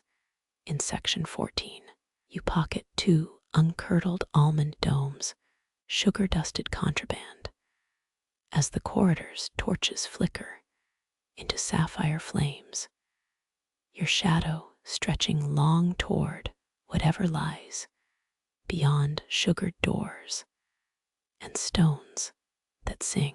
The corridor's damp air clings, thick with the smell of soaked mung beans, and ancient like mud. You follow it, past hollows where rainwater has carved tiny channels, copying Lake Tai's real shoreline so precisely. Ming hydrologists used these grooves to plan irrigation trenches. Your boots squelch, leaving short-lived prints as crushed shells underfoot give way to polished limestone. Ahead, the ceiling yawns open, exposing rafters hung with damp cloth strips. They drip steadily, each droplet raising faint steam where it hits bronze basins below. Mist catchers, the boy mutters, flicking one cloth, its fibers shimmering silver blue like dragonfly wings. Nutrient-rich fog rose off Lake Tai's southern coves. Pre-Dynasty, cooks swore it tenderized bean paste. You drag a fingertip across one dripping strip, the moisture cold as creek stones, yet soothing after almond paste burns. A slow realization hits. That's not water glistening on the fabric. Is this edible? Mung bean slurry, spread thin as ghost skin, dried just enough to hold shape. He tears a corner. The material stretches like gum before dissolving on his tongue. Tasteless, but palace dieters ate it for cloud calming effects, whatever that means. Towering bamboo racks hold hundreds of these cloths, layered like scrolls, each imprinted with faint circular patterns. You squint, recognizing the shape from scroll illustrations, steamed domes served to scholars during monsoon floods to lighten their soggy moods. The boy jerks his chin toward a stone trough, its murky water swirling with uncooked mung beans. Soak them 50 breaths, no more, or the batter will smell like duck ponds. Dipping your hands feels like sinking them into liquid velvet beans, sliding between fingers, plump skins splitting as they swell. Historians still argue whether Ming cooks used local hemp cloth or imported linen from Bengal, mist-washed in Ganges tributaries. But consensus ends at one point. Cloth mattered more than batter. Draining the beans, you grind them with twin pestles, one ebony, one ivory, each stroke releasing grassy sweetness. The paste thickens pale jade, globby, until dew-collected slurry drips in. The boy scowls. Too slow, you're stirring like a concubine writing poetry, grabbing your wrists to accelerate the rhythm. Joints ache, but the batter smooths, lumpless, shinier than military parade armor. Cloth stretching comes next. Each mist-damp square gets pinned over wooden molds, deep bowls carved with symbols for harmonious fog. Ladling batter feels risky, like pouring secrets into cupped hands, the cloth sagging, but never tearing. One miss, one dribble, and the dome's geometry fails. Heating method. You eye the row of charcoal braziers, their grates suspiciously empty. No fire. The boy smirks, hauling a cedar tub filled with impossibly fresh snowfall, though it's midsummer outside these walls. Ice caves below, remember. Section 19's cursed mango vaults feed this. Steamer baskets descend into the snow cloth-domed batter nestling like eggs in frost. Slush gets packed around them, seeping cold that prickles your cheeks. 20 minutes measured by how many times the boy stomps his numbing feet.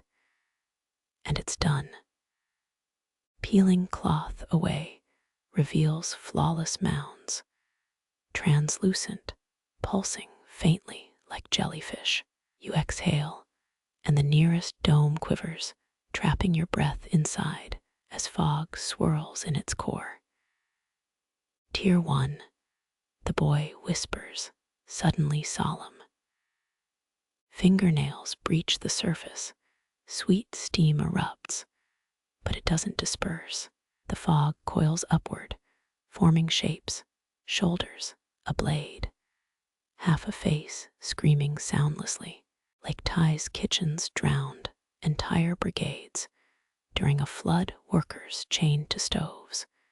When the emperor feared recipe leaks, says every gloomy tour guide. The dome's trapped mist, allegedly, carries their final breaths.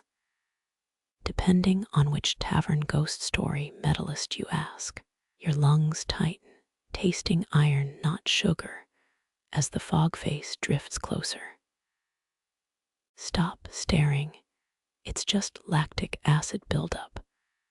The boy snaps, thrusting a hawthorn skewer into the fog, scattering it into harmless wisps. Baker's hysteria, nothing more. But when you bite the dome, its sweetness curdles briefly into the salt-sour tang of lake water or tears. I'll pass on seconds. You cough, watching uneaten domes on their tray slowly deflating, each releasing thin vapor trails that twist toward the corridor ahead, like they're called elsewhere. The boy pockets 3 emergency rations as new moisture beads on your neck, not mist, now thicker, warmer, the unmistakable humidity of open water. Torch flames gutter blue again, reflecting off something vast and black just around the next corner, your sleeve brushing damp walls that smell increasingly of reeds and rot. Your next step isn't a step at all, just boots sinking into reed-choked mud. Torchlight wobbles, reflecting off standing water that stretches farther than shadows dare, a flooded chamber maybe, or the lake itself creeping underground. A shape surfaces ahead, rot-drowned wood curved like a sleeping beast, pitted with rusty chain scars. Kitchen barges. The boy nudges a floating basket with his toe, half-rotten cabbage bobbing inside. Emperors liked meals prepared right over fishing grounds, kept carp fresh, lightning cracks, nowhere, flashing the room's true scale cavernous, water-damaged murals of dragons, peeling off vaulted ceilings. Blackened braziers float like lily pads, their legs shaped like cranes, frozen mid-step. You inhale, expecting lake rot, but the air thickens, instead with caramelized sugar and scorched flour, the unmistakable smell of mooncakes baking. A hive of activity hums along the left wall, figures hunched over steaming trays. Theirs shadows darker than uniforms. You drift closer, drawn by clanging molds and knife taps sharp as haiku syllables. They're hollow, the boy whispers, counting workers with a spy's precision. 14 hands, 54. Cakes an hour, standard rebellion output. One baker face, obscured by flour presses, a wooden stamp into golden pastry, leaving a symbol like a lotus crossed with a spear. His knife cleaves dates, tiny cubes, arranged too precisely for mere filling. You squint, the pieces form characters, directions, maybe distances. Each cake threaded with treason. Historians grin over the mid-autumn uprising, how rebels hid battle plans in cakes smuggled to allies. What they skip, real conspirators starved unless code words doubled as snacks. So decoding felt deliciously urgent, a splintering crunch tears your gaze upward. Water drips through ceiling planks onto a cooling rack. Pastries sizzle, their tops cratered, steam coiling skyward too slowly. It holds shape, smoke letters spelling 2 words south and granary before dissolving. The boy's elbow jabs your ribs. Help me grind almonds before they suspect. A sandalwood mortar waits, pestle heavy as a scepter. You hammer blanched nuts, rhythm syncing with the stamping, while dodging supervisors whose necks swivel like alarmed geese. 56 strokes. You whisper, remember the unspoken almond rule, boots west. The boy rotates his heels, or the paste sulks. Yes, your batch creams smoothly, luxurious, until a cough scatters your count. The worker beside you drops minced dates into a bowl, their edges stamped micro symbols you'd need a loop to read. Lazy, she hisses, plucking a coin-sized sample. Taste the loyalty. It's electric, not sweet salt and citrus fireworks, a flavor that demands marching orders. You glance sideways, catching pilgrims smuggling cakes into hollowed melons, soldiers dozing near exit tunnels, their palms stained guilty red. The baker slams a mold, splattering hot oil your way. Focus, or you'll fold pastries in the dungeons. Hands move faster, layering lotus paste over coated cores, sealing crimped edges with egg wash. Symbols get stamped again, double meanings blooming under heat. Workers muffle sneezes. Every exhale risks blowing sugar off hidden text. You dare finger traces over cooling cakes, feeling bumps under flawless crusts. One pulses warm the rebellion's heartbeat, or maybe just trapped steam. An overseer scowls, eyeing your lingering touch, so you grab a rag, pretending to polish tarnished trays. Prisonerate stoke the ovens. Charcoal pits bloom cherry red, each fire fed by scroll fragments that curl like dying moths. Numbers glow briefly, troop counts, ammo inventories, all ash before you decipher them. The boy materializes, offering a misshapen cake disguised as a mistake. Bite southwest. Gold flakes glitter under flaking crust, filling dense as coded poetry. Minced dates form ridges, a mountain range, river bend. Then, between molasses notes, gunpowder. Silence. Your tongue knows first. The aftertaste isn't dates at all, but dried plums used during wartime, preserved without precious sugar. Coordinates. You murmur, mouth still buzzing for siege towers. Wrong, the boy smirks. It's a breakfast menu: millet congee, salted duck eggs, and a knife hidden under pickled radishes. Workers begin humming, a drinking tune, louder when inspectors pass. Melody covers scrapes, shuffling, the wet thump of cakes, dropped messages, sinking discreetly into mud. Ovens roar, another batch ready, hissing clouds, engulfing half the room. Shapes twist in steam, marching lines. An arrow, which means attack, or perhaps north. Historians still scream in journals. Was the Zhangxiang uprising triggered by pastries? Or did hungry scribes invent tasty drama? Flames spit, lighting the exit arch now. Clots of workers fleeing with bulging satchels. Someone screams too late as guards pour in swords thirsty for treason. Cakes get dropped, flattened under boots, fillings splattering, coated red against algae-slick stones. The boy slings a sack toward you. Fill it fast.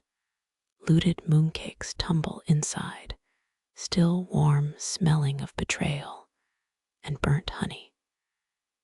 You clutch it, bolting through collapsing smoke. Past guards, too busy crushing date-stuffed evidence. The boy's laughter trailing behind as flakes of pastry rain like edible confetti. Outside, the kitchen cool air slaps your face, reeds clawing your ankles, mud sucking resolve.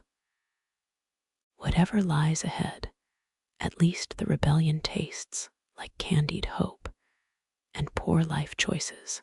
Tunnels branch, but the sack vibrates faintly, as if its sugary cargo still hums with rebellion.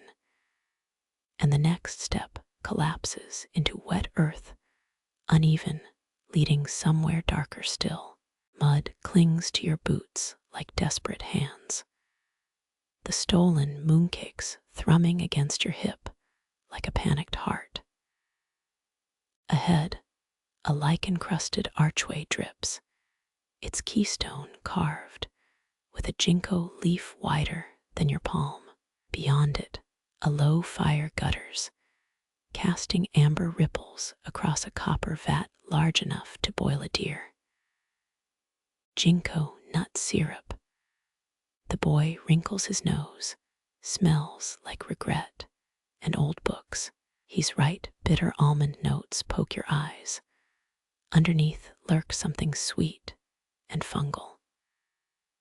4 black-robed figures huddle around the vat, silver tongs glinting, each plucking seeds from a bamboo tray.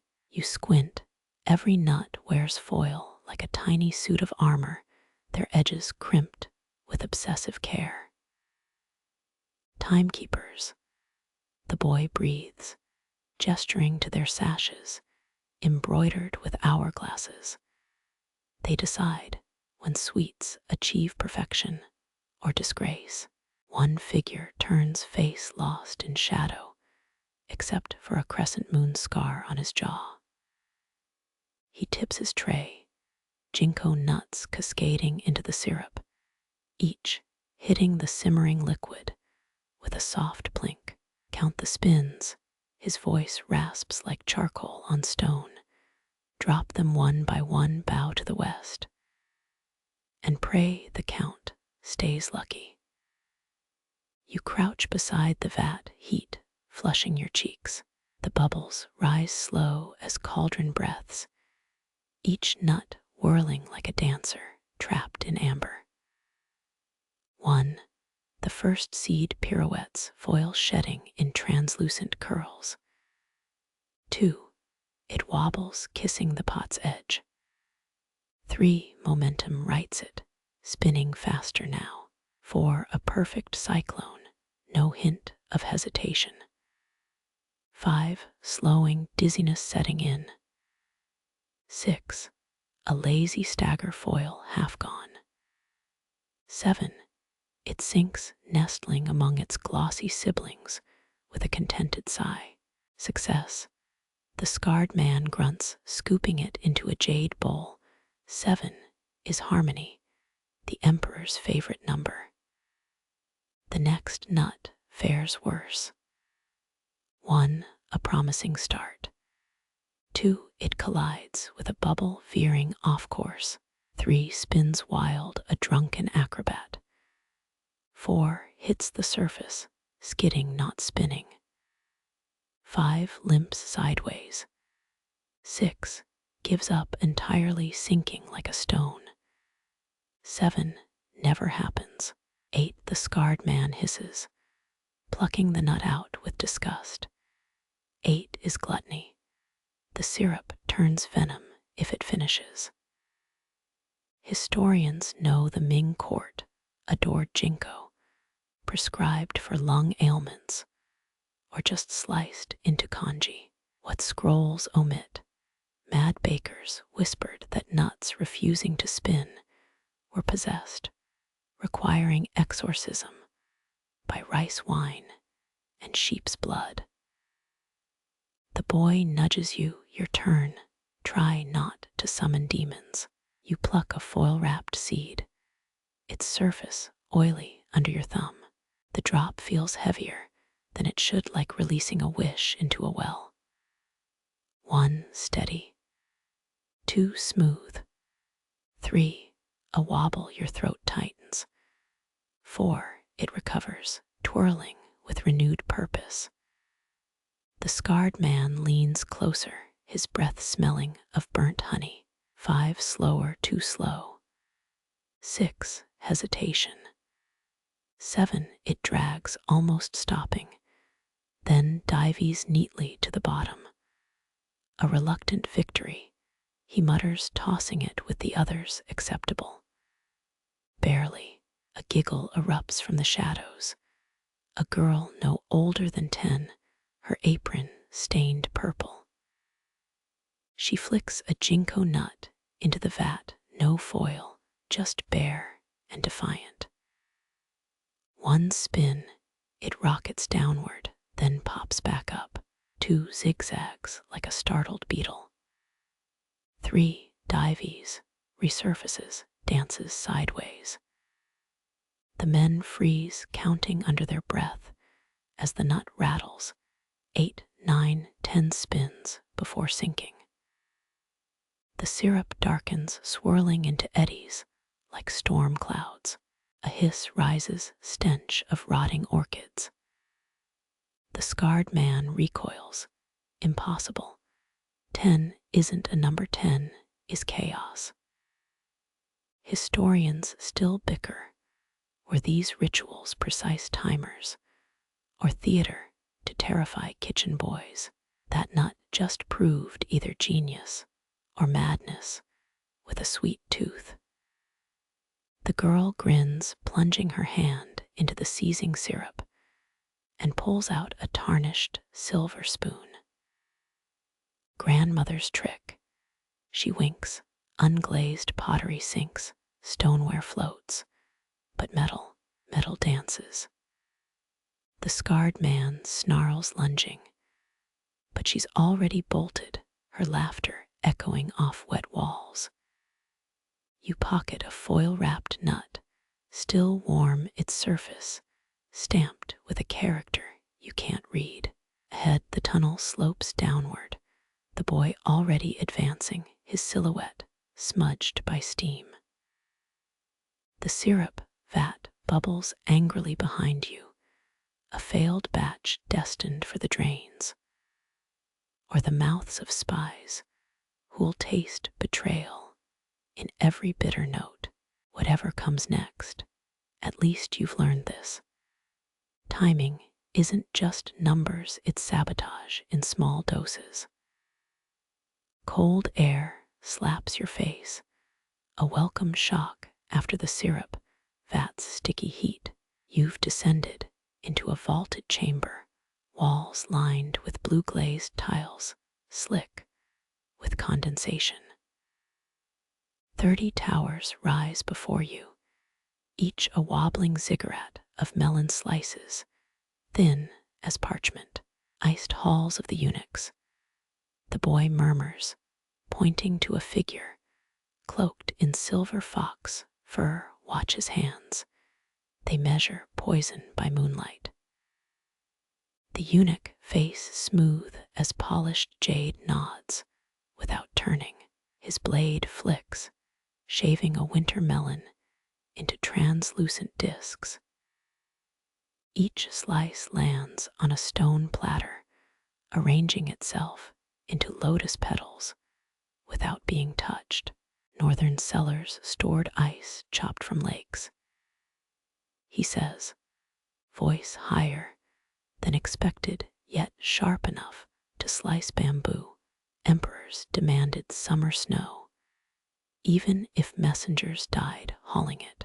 Historians love debating that whether imperial ice came from mountain glaciers or lucky cold snaps. Few mention the tiny blades that cut these slices, forged from meteorites, allegedly able to detect rot through temperature alone. You lean closer, counting layers on the nearest tower. 29 perfect, until the eunuch adds the 30th. The structure quivers, melons winking like moist jewels under hanging lanterns. Touching collapses them. He warns, wiggling a fingertip gloved in white silk, fragile as concubines' alliances. A servant approaches, bearing a melon slice on a black lacquer tray. Moonlight streams through a ceiling slit, the beam so bright it bleaches the tile patterns. Observe, the eunuch whispers. The servant lifts the slice into the light, its pale flesh glowing faintly blue. Nothing happens. Safe. The eunuch nods. Moonbeams ignore honest fruit. Another servant steps forward, trembling, her offering already slick with juice. Moonlight hits it, and the melon flickers venom yellow at its core. Poison, the boy breathes, excited, or just overripe. The eunuch flicks his wrist, the contaminated slice flying into a brazier. Flames hiss green, sputtering out fast. Sun Wukong's mischief. He tuts, naming the monkey king. Some chefs soak melons in nightshade tea, hoping drowsy guards won't notice. You squint, noticing each servant wears sleeves embroidered with different fruits. Plum for tasters, peach for cleaners, persimmon for corpse removers. My turn, the eunuch croons, plucking an unmarked melon from an ice trough. He slices it, shaves the rind, carves flesh into a crescent chain. His blade moves faster than thought, creating a floating bridge of melon discs. Waste nothing, he intones, catching seeds in his palm. Even flaws become decor. One seed escapes, skittering across the floor, the sound like laughter. His eyes track it, nostrils flaring, but he doesn't move. Pride outweighs obsession. The boy elbows you, tower number 9. See the gaps. You follow his gaze. One melon stack stands shorter than others, missing 3 layers. Each plate holds a moist shadow where slices once lay. Someone stole them, or maybe they dissolved. A servant drops her tray, shattering ice tiles into shrapnel. The eunuch whirls, silver blade raised, but stops mid-lunge. A single melon seed rests in the wreckage, glowing faintly white. The eunuch pales, retreating 2 steps, fox fur trembling, heretic preservation. He spits, kicking ice over the seed. Sun-warmed seeds contaminate the cold. They bring living mold. Historians still argue whether Ming eunuchs forced poison testers to swallow samples, or just watched servants convulse. That seed might settle the debate if you dared pocket it. Coolness seeps through your souls, rising, creeping, as if the floor itself licks your boots. You glance down, realizing the tiles aren't glazed blue. Their ice blocks mortared with crushed pearl dust. Beautiful, yes. The The eunuch smiles, reading your awe, but breathe too warm, and towers become puddles. You exhale slow, watching your breath curl like smoke. The boy mimics you, fog spiraling toward the nearest tower. The eunuch snatches a copper lid, slamming it over the melon stack. Just before condensation ruins its perfection. The curse of warmth, he sighs, polishing the lid's surface. Why every dessert house needs winter hearts. Moonlight shifts, sliding toward an alcove stuffed with satin cushions, each embroidered with ice crystals, a resting place or traps for lazy servants. Thirsty, the eunuch offers a melon slice, frosted and pristine, untainted, I promise. Though some claim my ice numbs the tongue for hours, you hesitate, the syrup-stolen ginkgo, nut heavy in your pocket. Outside, heat waits like a hungry hawk. Here, cold preserves secrets and perhaps poisons. The boy grabs the slice, cramming it into his mouth, juice dripping down his chin. Tastes like. He wrinkles his nose like frozen sunlight, if sunlight were bitter. The eunuch laughs, high and crystalline, your cue to retreat. Mosaic melons watch as you back away, towers shivering farewell beneath their stolen moonlight. Your retreat from the ice cellar feels like stepping into bathwater, thick air hugging your syrup-stiff clothes. That stolen ginkgo nut weighs heavier now, nestled against your thigh, as if judging your theft.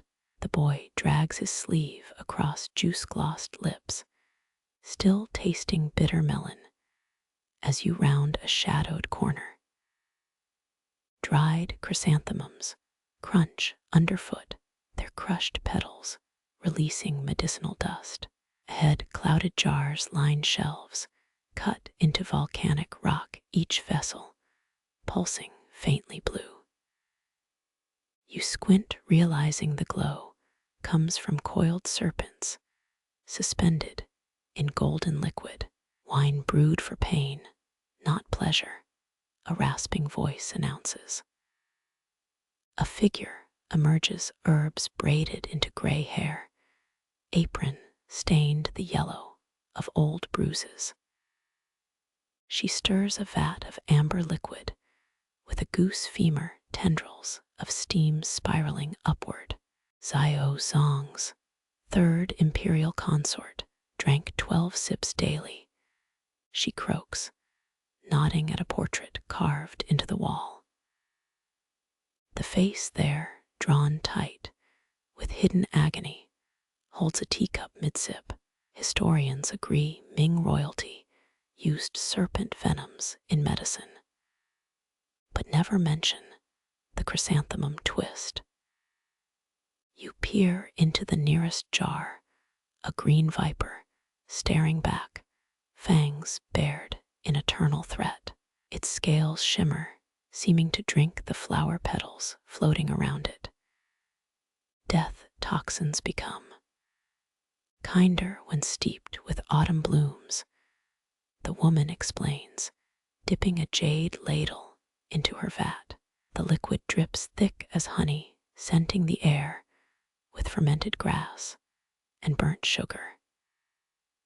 3 apprentices lug ceramic urns, each stamped with different seasons. One slips, autumn-labeled vessel shattering, releasing a swarm of stunned bees. The brewmistress curses, crushing insects underfoot, their bodies releasing specks of phosphorescent dust. Spring harvest bees spoil winter batches. She grumbles, sweeping carcasses into a bronze dustpan, a quirky practice. Furtive beekeepers once sold venom-drunk insects as banquet tricks. You point to a ledger, propped against a mortar, its pages dense with crimson characters. Poison logs, she confirms, flipping it open.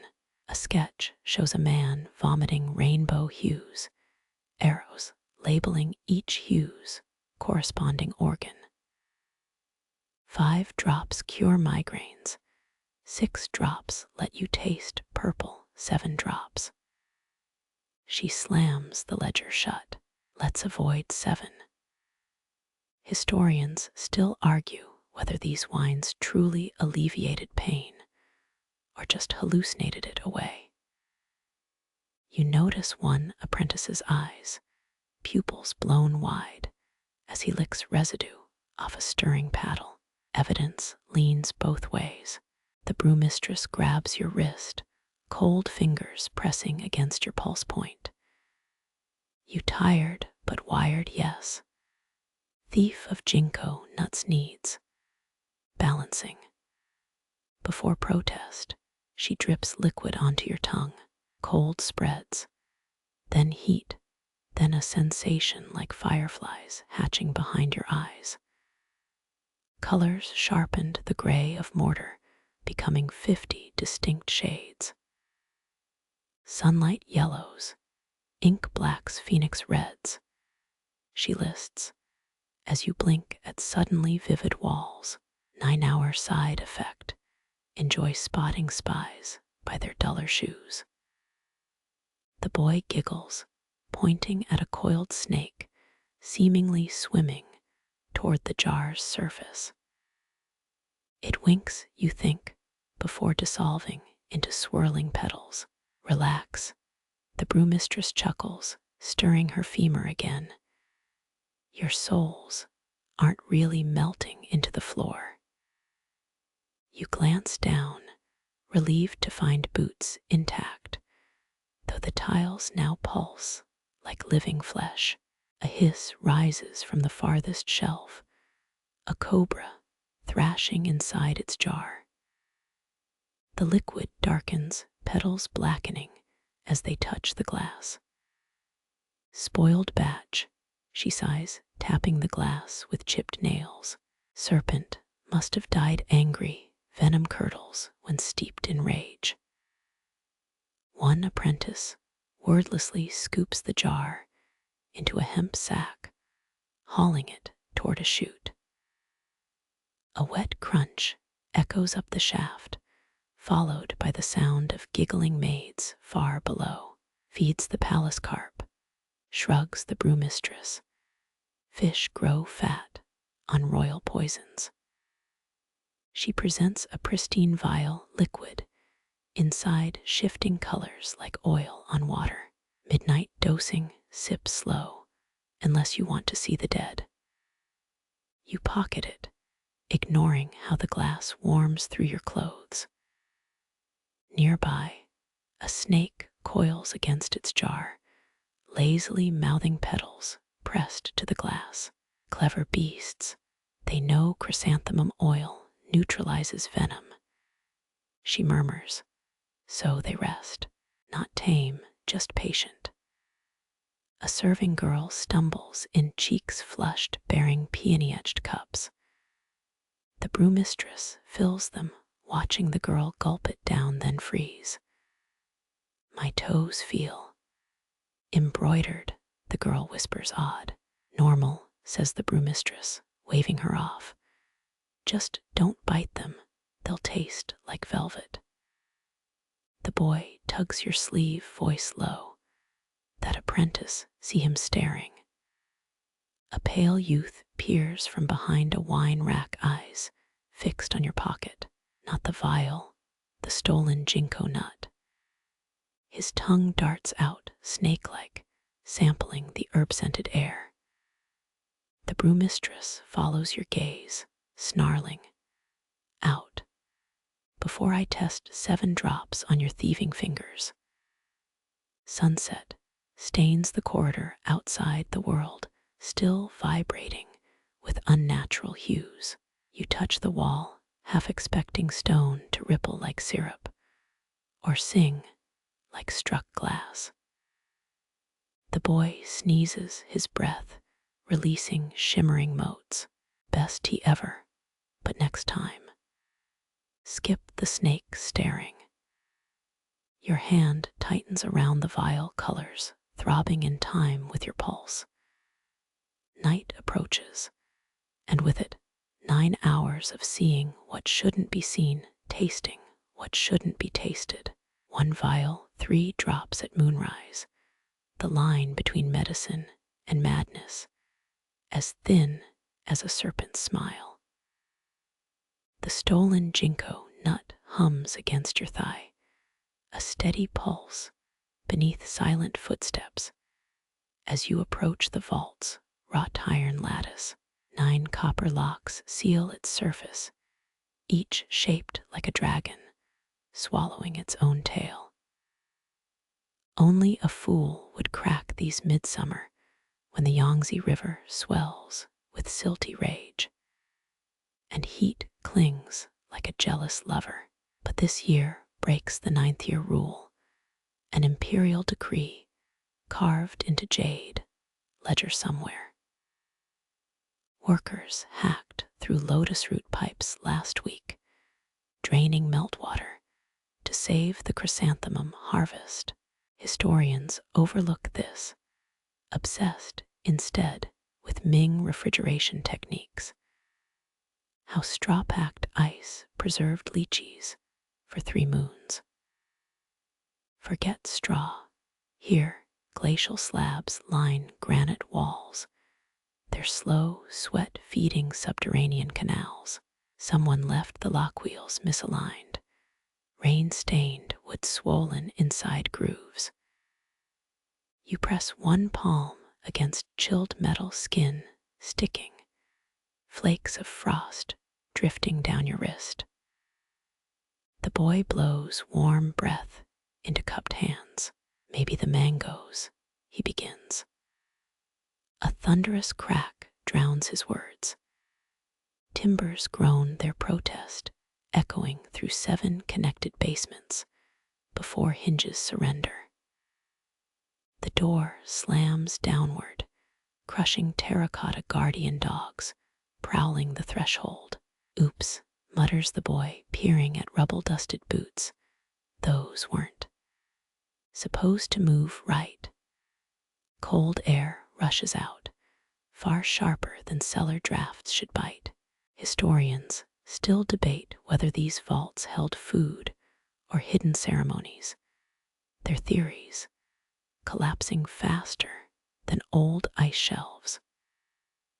You step inside, lantern light scattering across jagged walls. Melt lines streak southward, revealing hollows where frost-kissed mangoes once nestled. Only one remains perched high on an ice ledge, its golden skin shimmering like forbidden coin. Singing stones, breathes the boy. The vault's floor glitters, littered with fist-sized rocks, each frost-white and nearly translucent. 7 seconds pass. Then, a low hum rises, vibrating through your jawbone before shifting tone.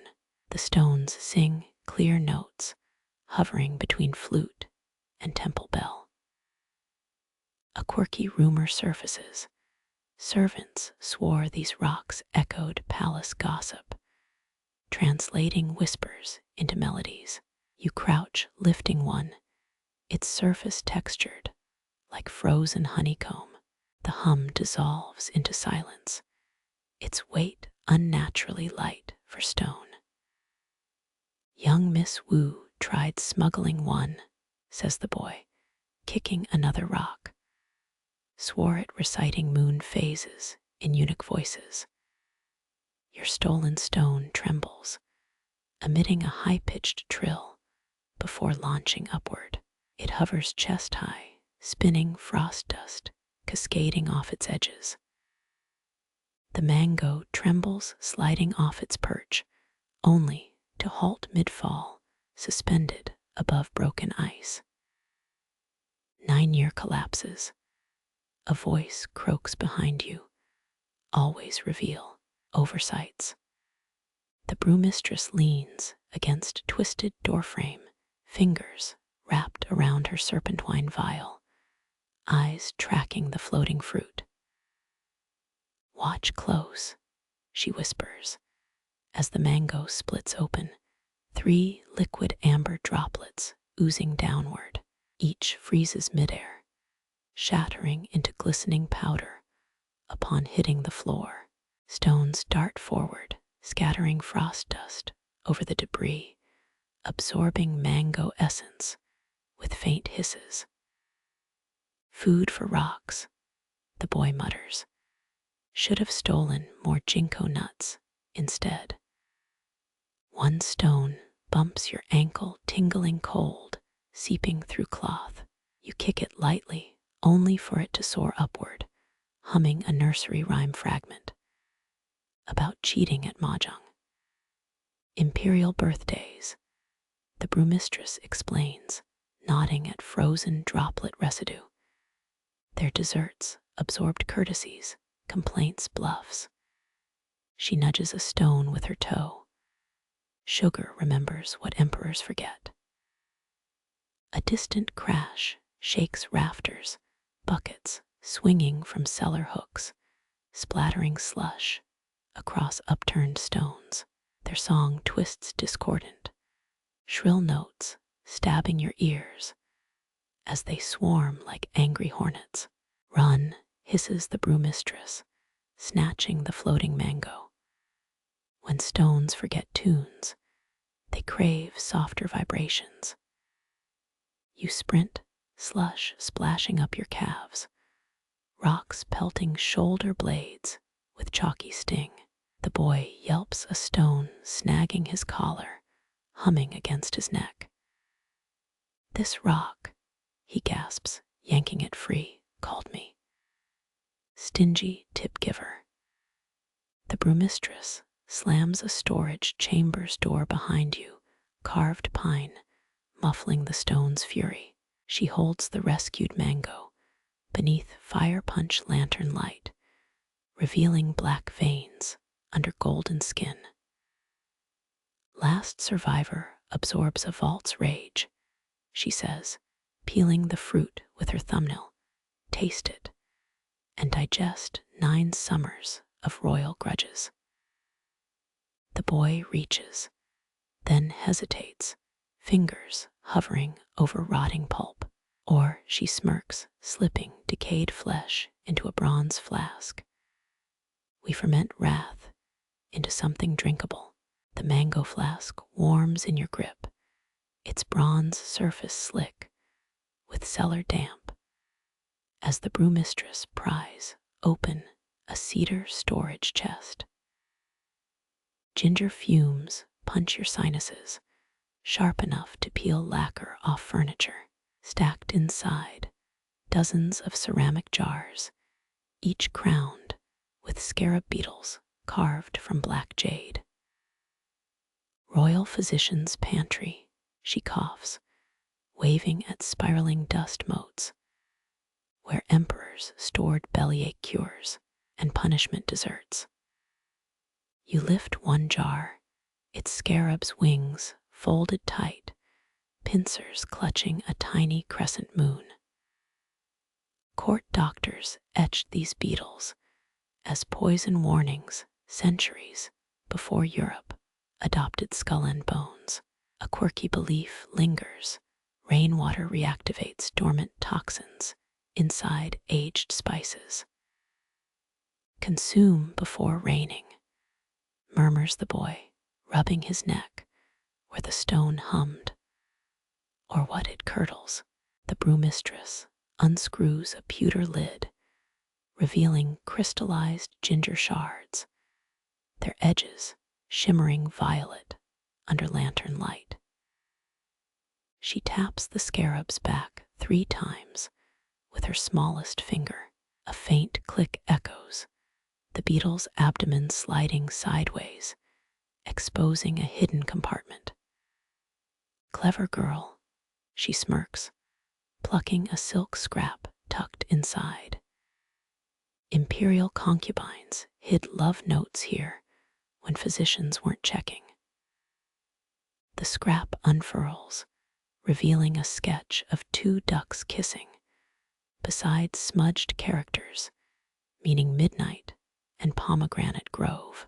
Historians still bicker whether these were romantic trysts or code for smuggling palace recipes. Rain patters against high cellar grates far above your heads. The boy frowns, nose pressed to another jar, as thunder groans through stonework. Shouldn't we? Golden syrup oozes from his jar's rim, thick as congealed honey, but reeking of burnt hair. The brewmistress slaps his hand away, just as the liquid hits floor tiles. Late-stage ginger, she hisses, wiping sludge with her sleeve, turns spiteful when storms arrive. You pocket the love note, a better souvenir than talking rocks, but the syrup stirs. It slithers toward your boots, leaving a glistening trail, coiling like smoke given grudging form. How syrup moving, the boy yelps, hopping onto the cedar trunk. Didn't sign up for haunted dessert toppings. A drop splatters your ankle, icy numbness crawling up your calf. Medical scrolls warned about Zubuyujai, unruly feet syndrome, blamed on poorly stored ginger. You scrape the syrup off, your fingers tingling, as the brewmistress uncorks her mango flask. Balance poison with poison, she declares, dripping fermented mango wrath onto the creeping sludge. Fumes erupt, stinging your eyes, as ginger and mango duke it out in a vinegar-scented haze. The boy sneezes 3 times each blast, making the syrup flinch. Bless you, you mutter, watching the sludge retreat toward its jar. Apparently evil condiments respect allergies. The brewmistress slams the lid shut, twisting it till ceramic squeals, and presses her thumb against the scarab's eyes. Store these wrong, she nods at remaining jars, and they gift you memorable dreams. You remember a kitchen apprentice's tale, entire feast halls vomiting synchronized rainbows after eating expired cinnamon. The physicians labeled it Feng Hong Tong, phoenix pain, a fancy term for gut rot with delusions of grandeur. Rain hammers harder now, dripping through grated ceilings, as the boy pokes another scarab. What if we don't? You grab his wrist as thunder shakes the room. Today's lesson: never jab mystery beetles before monsoons. Too late. The jar tips, shattering against floor tiles, releasing a caramelized blob studded with candied lotus roots. It trembles, expanding like yeasted dough before sprouting jagged spice-dust teeth. It's smiling, whispers the boy. Why's it smiling? The brewmistress sighs, untangling a hairpin, and stabs the blob's center. It deflates, hissing, thick syrup pooling around her boots. Jar breakage protocol. She wipes her pin on a rag. Requires immediate dunking in. Her words cut off as another jar vibrates, its scarab's wings now fully unfurled.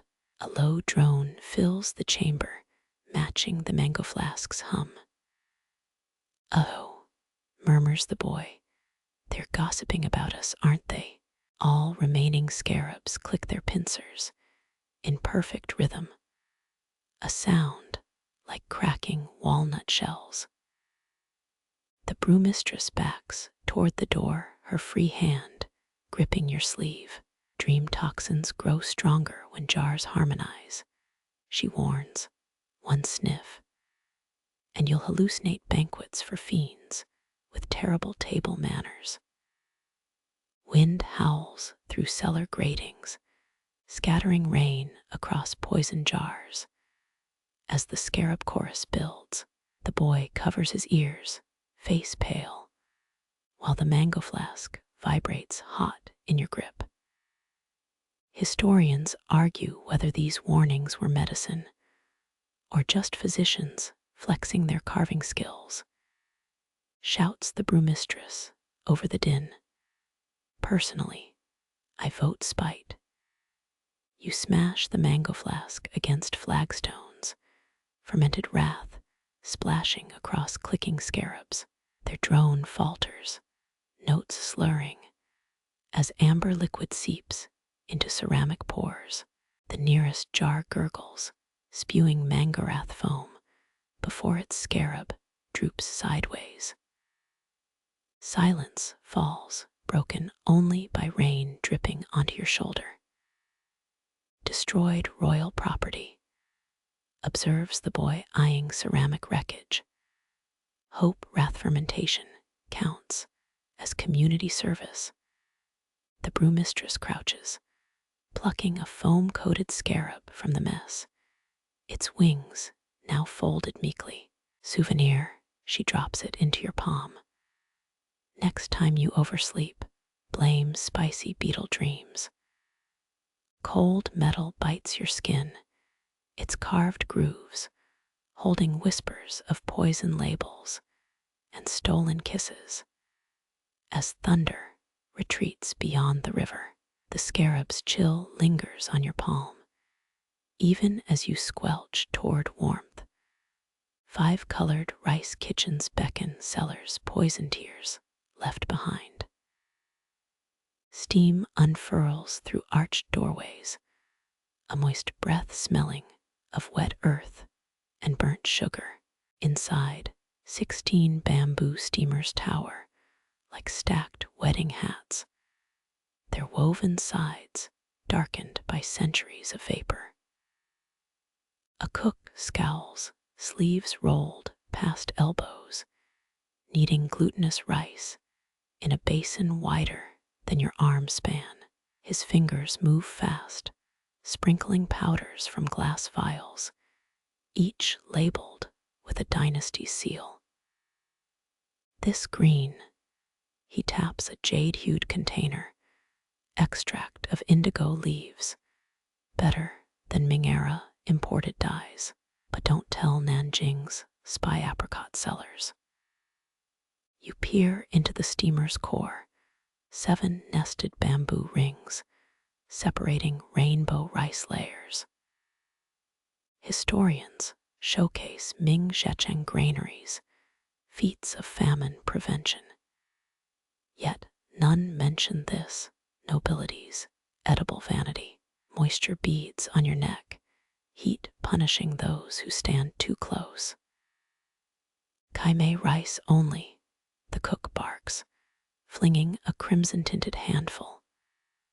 Phoenix tear grains, rarer than concubine's birthmarks. A quirky myth clings to these stalks. Legend says they sprouted where a heartbroken phoenix crash landed in Songyang County. You half expect the rice to screech when rinsed. The boy nudges a copper cauldron, its belly glowing with captured fire, as the cook slaps his wrist. Anger the flame, hues bleed into morning black. Each steamer level holds a different temperature, bamboo slats, adjusted by charcoal-fed moods. 1 ring chars, and weeks of gradient prep expire in charred disgrace. You recall theater scripts mentioning imperial chromatic banquets, right down to azurite blue dumplings. But witnessing 5 hues harmonize steals language. The white layer alone demands rice strained through silk 7 times, rinsed under waterfalls, their spray timing crucial. Historians still argue whether these desserts measured status symbols or desperate tributes to stability-starved emperors. Taste. The cook shoves a pink clump into your mouth, rose petal acid, and honeyed grains battling on your tongue. Before swallowing, he yanks your chin side to side, studying cheek ripples.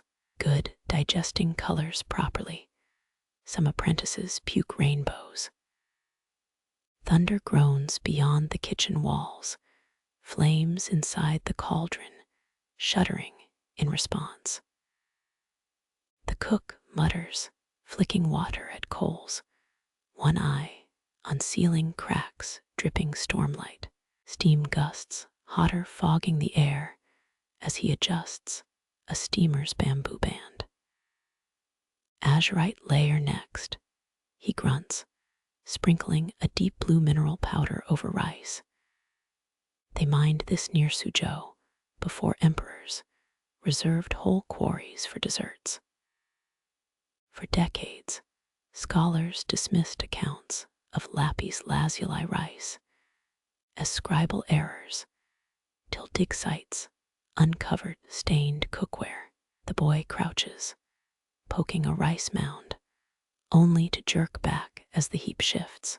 A caramelized crust has formed, its surface crackling, while the core stays sticky sweet.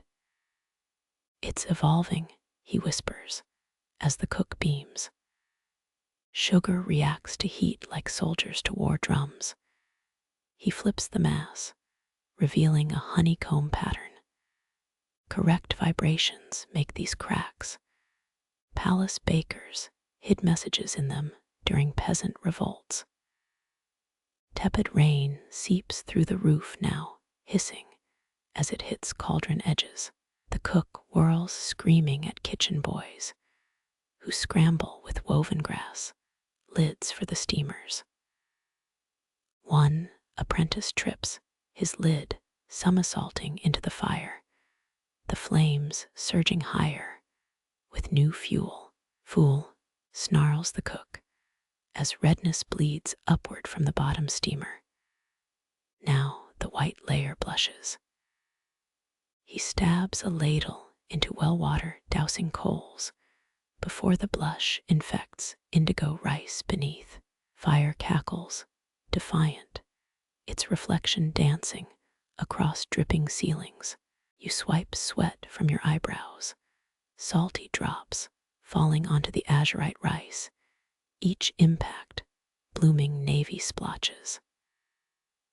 The cook groans, scraping the whole tray, hundreds of hours, darkening to waste. Pray this anger settles. He thrusts a paddle into your hands, or we serve grieving black, and heads follow. Wood smokes under your grip as you mimic the cook's stirring tempo, a half-remembered rhyme guiding your wrists. Spread sugar like spreading blame, too thick, and sweetness curdles to shame. The boy retrieves fallen lids, each slap echoing like wet applause. Historians never mention how rain altered kitchen acoustics, or how thunder's echo could overeast dough. Now every steamer vibrates, layered grains shivering under their rattling hats. They're gossiping again, whispers the boy, eyeing shuddering bamboo. Probably about our cellar rampage. A steamer explodes, its lid shooting ceilingward, pelting everyone with lukewarm four-colored hail. Rice sticks to temple, forehead, shoulder blades like edible armor. The cook licks a violet clump off his thumb, eyes widening, then spits against the wall. Furious fire ruins layers. Pathetic peasants burn entire villages for less. Before his rant crescendos, 7 more steamers chorus their poplid protests, rainbows splattering across worktables. At least, you scrape turquoise grains off your sleeve. We matched the storm's temper. The cook glares, palms slamming the table, making rice jump like panicked crickets. 5 colors become none when stupidity reigns.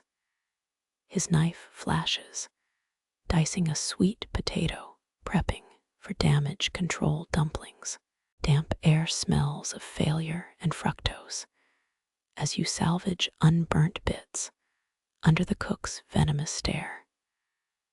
The boy hums, arranging colored grains into a phoenix shape, only to sneeze it into oblivion. Monochrome's safer, he offers. The cook kicks a bucket, its well water sloshing. Safety drowns flavor, like cowards drown in mediocrity.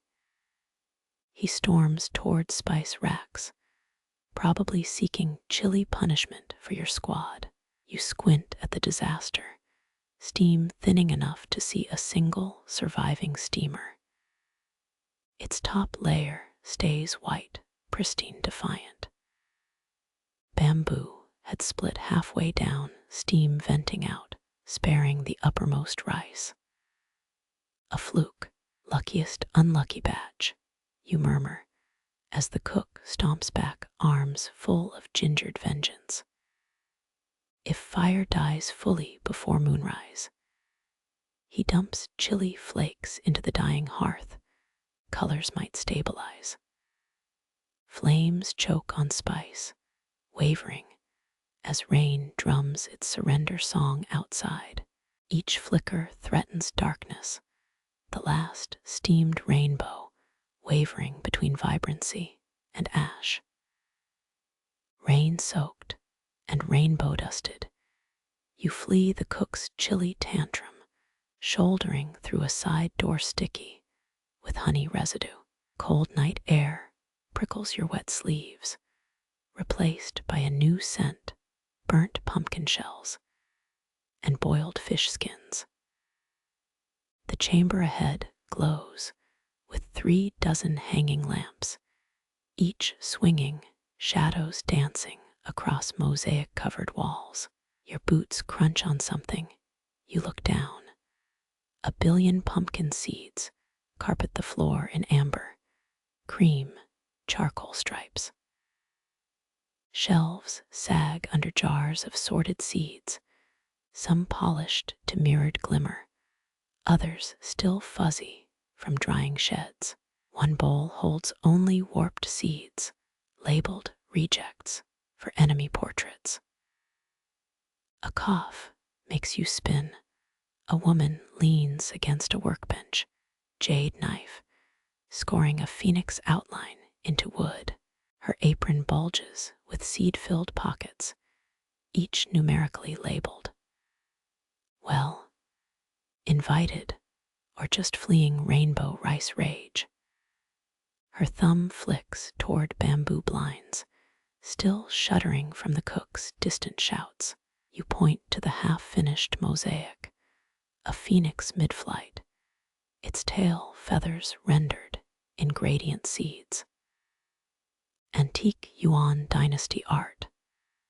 Historians gush, yet none credit dessert artisans for mastering seed gradients first. Her design mimics palace wall reliefs precisely, but scales down to tea tray proportions. She slides you a mortar, pestle weightier than your hopes. Inside, gelatinous goo steams faintly, reeking like ocean spoilage. Sturgeon bladder glue keeps art edible, disintegrates in stomach acid. A bizarre imperial archives footnote claims chefs test glued ministers, wigs to chairs. First rule, she taps her template. Each seed curved side up, or oils stain the glue. You lift one seed, nearly drop it, slippery from weight were these fried in duck fat. She snatches it, spinning the seed like a tiny top before pressing it into place. You mimic her, but fingers fumble, glue stringing between seeds like malicious spider silk. She sighs, batting your hand. 59 moonrises I've trained apprentices, their thumbs dumber than steamed buns. 3 bowls wait charred seeds for wingtips, yellow-orange middle feathers, cream underbelly. Sorting them requires squinting under swaying lamps. Your eye twitches, color gradients blurring after the rice debacle. Don't mix up wing and belly seeds, she snaps, already placing yours wrong. Unless you want roast phoenix, liver swollen. Historians still argue whether seed mosaics evolved from noodle art or military ration decorations. You suspect bored concubines, craving crunch between banquets. Midnight bells shudder through the palace, your spine stiffening. Cockcrow still hours off. She hears it, speed increasing, knife scratching faster template lines. Each seed placement sounds like a minuscule kiss. Thwick thwick thwack. You attempt the tail's flame section, grading seeds from crimson to gold. 1 charred seed slips, plunging into glue, splattering fishy droplets onto the design. She hisses, tweezers plucking the offender, leaving a scar in the plumage. Fix it, she thrusts a magnifying lens at you. Or the curse activates. Legends claim 3 flawed Ming seed artists coughed up pumpkin plants, roots cracking ribs, blossoms choking throats. Apologizing to the mosaic feels ridiculous, but your lips move anyway as you slot replacement seeds. The glue sizzles, rejecting one, accepting another. Her glare softens slightly as you match her rhythm. Second rule, never hum while gluing, vibrations misalign layers. Your half whistle dies mid-note. Lamplight catches seed edges, creating illusions of movement, feathers ruffling in unseen wind. She pauses, sprinkling gold dust over completed sections. Sunset gold powder stolen from French missionaries, pigments. The emperor preferred it over local flakes. For decades, European traders swore Peking's pastries sparkled unnatural, till a smuggled crate revealed food-grade gilding. Your section progresses, phoenix claws gripping an invisible branch, seed scales overlapping like armor. 1 misplaced black seed becomes a talon flaw, clumsy, predatory. You tweezer it out, glue sucking at the cavity. 3rd rule, finish before 4th watch. Cockcrow destabilizes fish glue. She gestures toward high windows, star patterns tilting toward dawn. Mockingly, an apprentice snores. Upstairs, his nasal drones, shaking the lamps. You stab glue, affixing 6 seeds in rapid succession, 2 upside down. She doesn't notice, too busy with the phoenixes. A single obsidian seed centered in gold. The effect hypnotizes, pupils dilating uselessly at its void-like gleam. Last wing section, hurry. She shoves a tray of crimson-edged seeds at you, each no wider than a louse. Sweat rolls off your nose, nearly gluing seed to cheek, as dawn's first blue bleeds across sky. A distant, sleep-slurred voice yells, "Rise, or rice punishments double," followed by clanging pots. She freezes, tweezers midair. Idiots, he'll wake every rooster in Hebei. Your hands fly crimson seeds blurring into plumage, glue smearing thumbnail to cuticle. The phoenix's wing blooms too jagged but fierce. She approves with a grunt, dousing the edges in hardening vinegar spray. Somewhere too close, a rooster's preliminary croak scrapes the quiet. Fish glue bubbles frantic, seed edges curling like panicked insect legs. She slams a silk sheet over the mosaic, weighting corners with calligraphy stones. Pray to dough gods, she mutters, pressing palms into the silk, or our phoenix becomes feather soup. Silence holds, vinegar scent sharpening, as the first true cockcrow shatters the stillness. Under the silk, something cracks, a sound like walnuts meeting hammer. Her sigh smells of defeated artistry and relief. You peel back a silk corner, expecting disaster, but the phoenix glares up, intact, obsidian, eye judging your shaky hands. Only 3 seeds quiver loose, their glue drying lopsided, invisible, unless searched for. Good enough. She flicks the flawed seeds into a waste bowl, to curse its next viewer, not us. Outside, the kitchen erupts, apprentices yelping, the cook's chili roughened screams seasoning the dawn. Somewhere, a rooster crows bold final as you press the last trembling seed into place. It stays, cinnabar-smeared fingernails, still tacky from seed glue catch moonlight as you shuffle past peony beds. That chili roar cook must have given chase, his voice now muffled by a suspiciously placed ginkgo grove. Between high-walled gardens, you spot it, a weeping fig tree older than palace plumbing. Its branches sag, weighted by aerial roots, dripping milky sap onto moss below.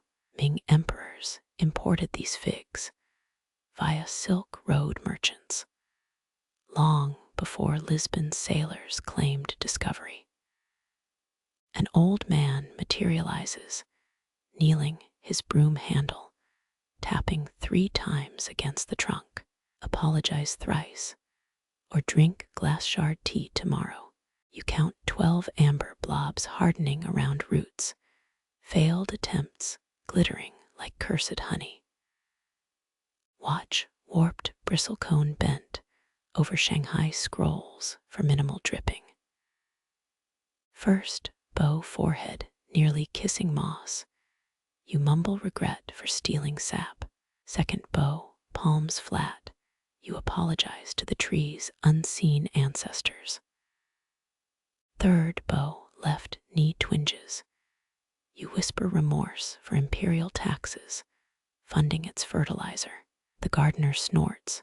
Tree cares not for tax jokes, bow deeper.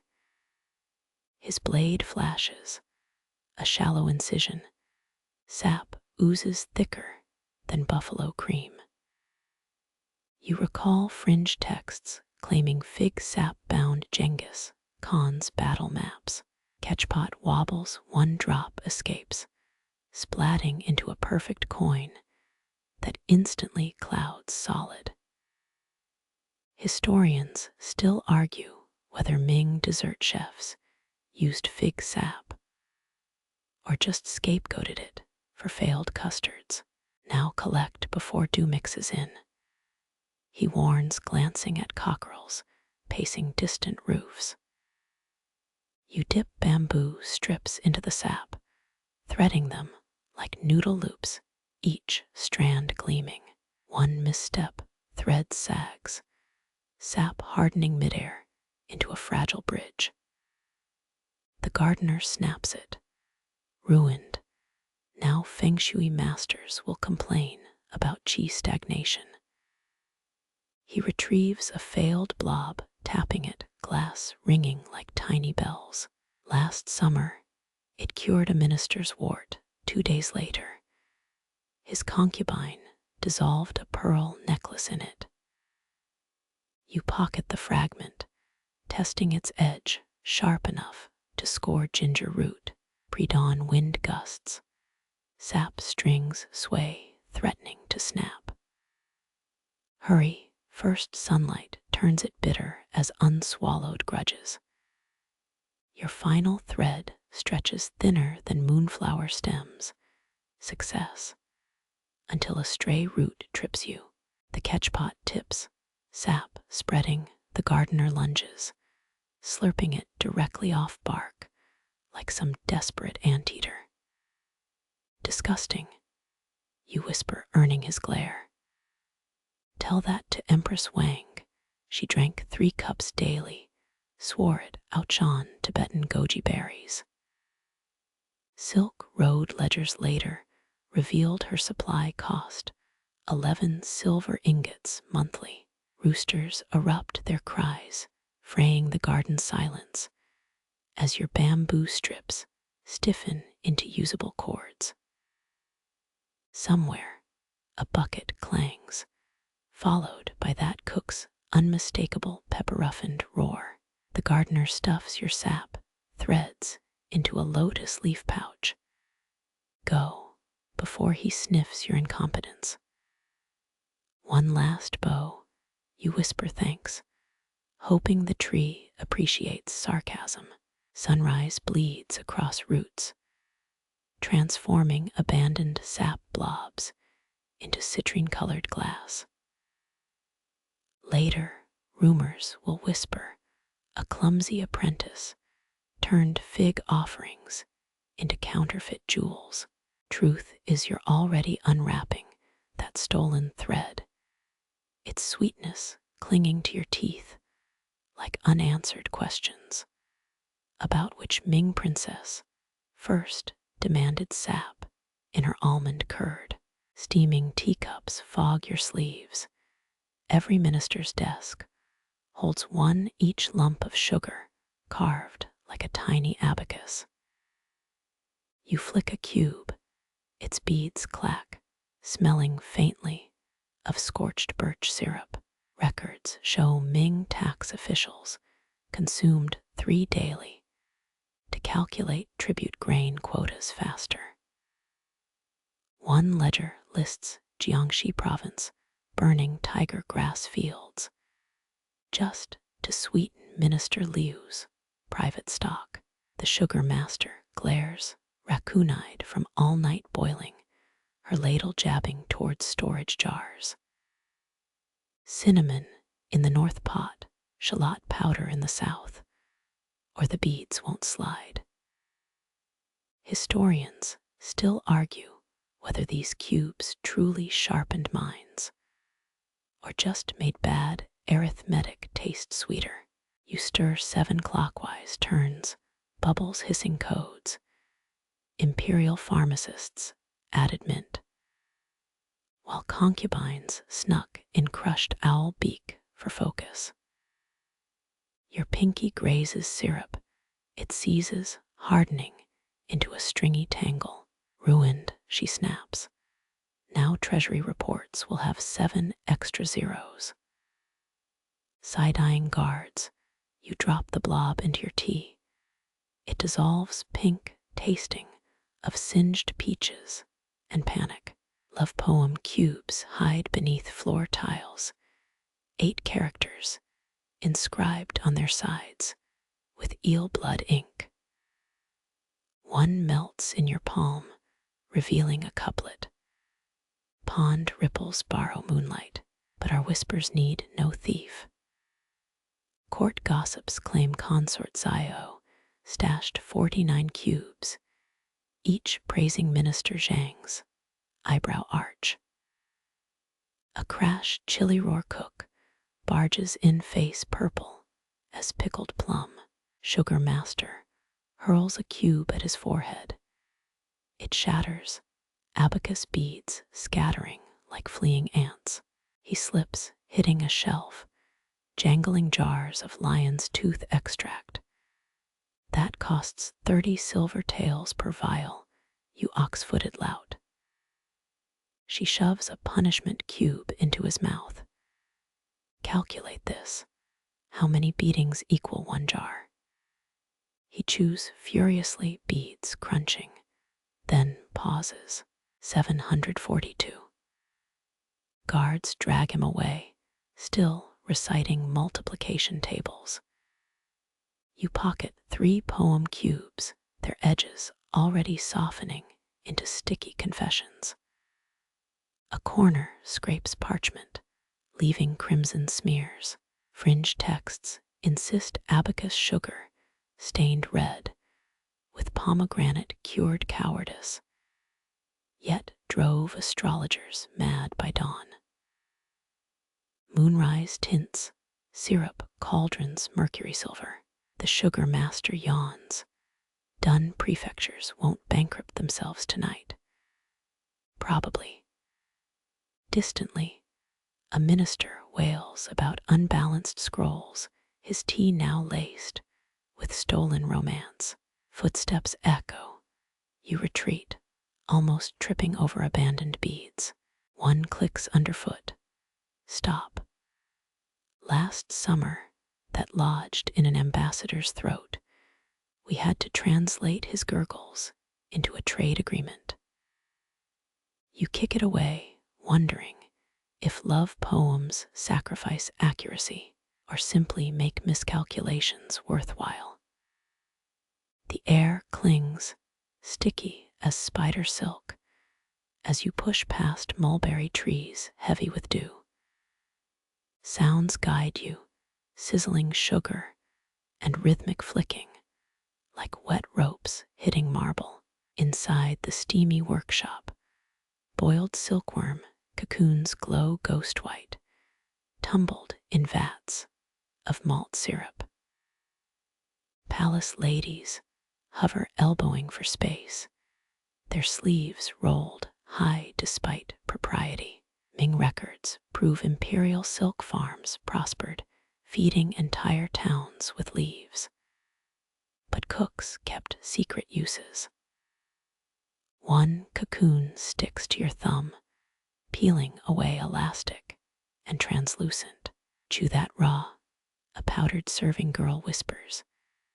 Tongue swells blue, best boiled 40 breaths precisely. Historians still argue whether these fondants held real medicinal value or simply funded 5 spice merchants' mistresses. 2 kitchen eunuchs spin threads, arms moving like water wheel paddles, syrup thickening into amber ribbons. Smuggled in camel humps last winter, snaps a matron. That's why Lady Chun's neck looks 30 years younger. She battles another over a hardening nest, nails flashing, straining brocade. Liar, you ate 3 jars last week, wrinkles deeper than Buddhist sutras. You duck. A gob of fondant smacks a pillar, dripping slow as court intrigues.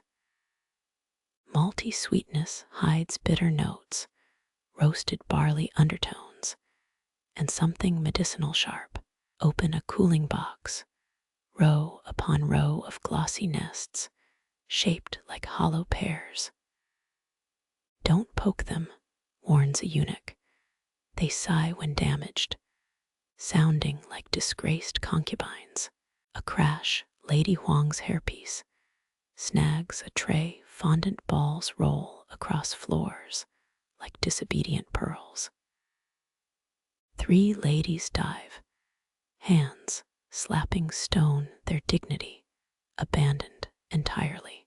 Qing Dynasty texts claim empresses rubbed crushed beetle wings on fondant for extra shine, though beetles spark debates. You pocket a stray piece, still warm, its surface mirror smooth, until squeezed. Imprinted ridges blossom like palmistry lines, predicting nothing useful. Drop it, hisses a maid. Last moon, cook by stole one house of 12 died, mysteriously smooth-faced. Theft seems unlikely, but your own forehead feels suspiciously taut. Dawn creeps, window light fractures through sugar strands, painting walls with honeycomb shadows. Fondant makers rub their wrists raw from stirring and sprinkle rice, flour over finished batches. Rumor claims morning dew ruins elasticity, so shutters stay sealed even in sweltering heat. One cook collapses, snoring into his apron, while ladies lick spoons with improper relish. Outside, a sedan chair waits, strewn with half-melted nests like failed art. Lady Wang's servant stuffs them into silk pouches, each squelch echoing oddly melodic. Latest treaty gifts, she shrugs. Korean envoys prefer peach flavor. Manchus demand leopard bone infusion. Nobody asks how she knows. Your stolen fondant softens, threatening to bond with pocket lining, forever fusing robe to thigh. Quick thinking, you swipe a mulberry leaf, wrapping the sweet like spring roll filling. Fringe manuals allege sleeping with fondant under pillow prevents nightmares, but guarantees waking slathered in hungry ants. Moonwatch drums sound, forcing ladies to retreat, their prize bundles clutched like newborns. One drops a jar, fondant oozes across steps, glistening like false promises. Servants scrape it up, tossing globs to sparrows, who peck once and wobble away dizzily. The head cook bows, exhaustion bending him 90 degrees, before sealing vaults with wax stamped by the Dowager's ring.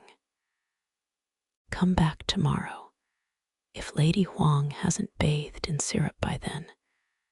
His laugh wheezes, cut short by a sneeze scattering flower ghosts. You exit, past trees now stripped bare their branches naked as candid thoughts.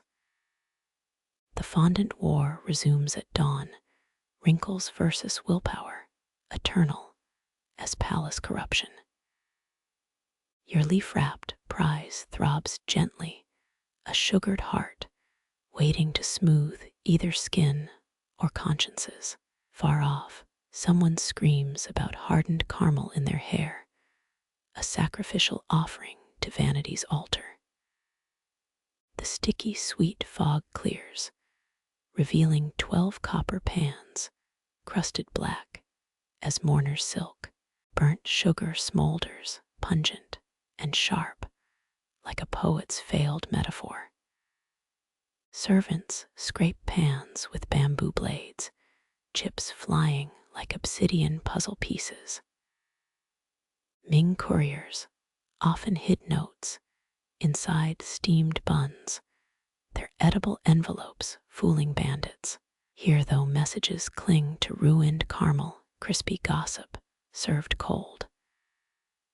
One apprentice holds a pan-bottom scrap, burnt words glowing faintly. Beware cinnamon. Too late, yesterday's ginger cakes used double portions. Ministers still hiccuping sparks. Third warning this week, grumbles a cook. Clay oven ghosts rewrite recipes again. Historians still argue whether burnt batches were sabotage or hungry spies licking pans clean. You crouch prying a caramel shard from floor tiles, its edges sharp as court insults. Light reveals layered writing, scratched with a hairpin's tip, invisible until scorched. Glyphs dissolve on your tongue, strange mix of salt and regret. an unsent plea for pepper tariffs. Oddly, imperial censors never banned caramel mail. Perhaps their sweet teeth overruled security. A crash cook wang overturns a pan, fresh syrup pooling into shadow puppet shapes. Not again, he wails. That batch held Lady Ling's divorce terms. Burnt messages sink, swallowed by stone cracks, while golden ones get scraped onto parchment scrolls. Servants joke semi-seriously.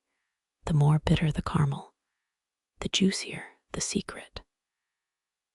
Sunset stains the kitchen copper as bakers toast emergency rice flour to mask the smoke smell.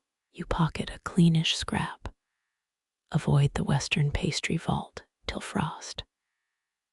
Sensible advice, or someone steering rivals toward poisoned puff pastry.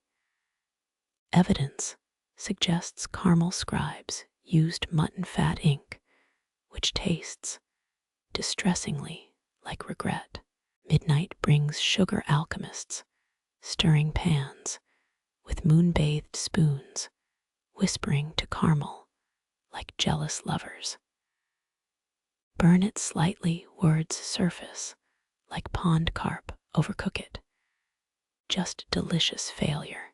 One admits during winter campaigns, generals sent caramel-encased troop positions. Enemy scouts ate them, mistaking strategy maps for candied beef jerky. Dawn finds 5 frozen caramel slices nailed to the door like criminal notices. Each warns of tainted honey shipments, but merchants already unloaded 600 jars.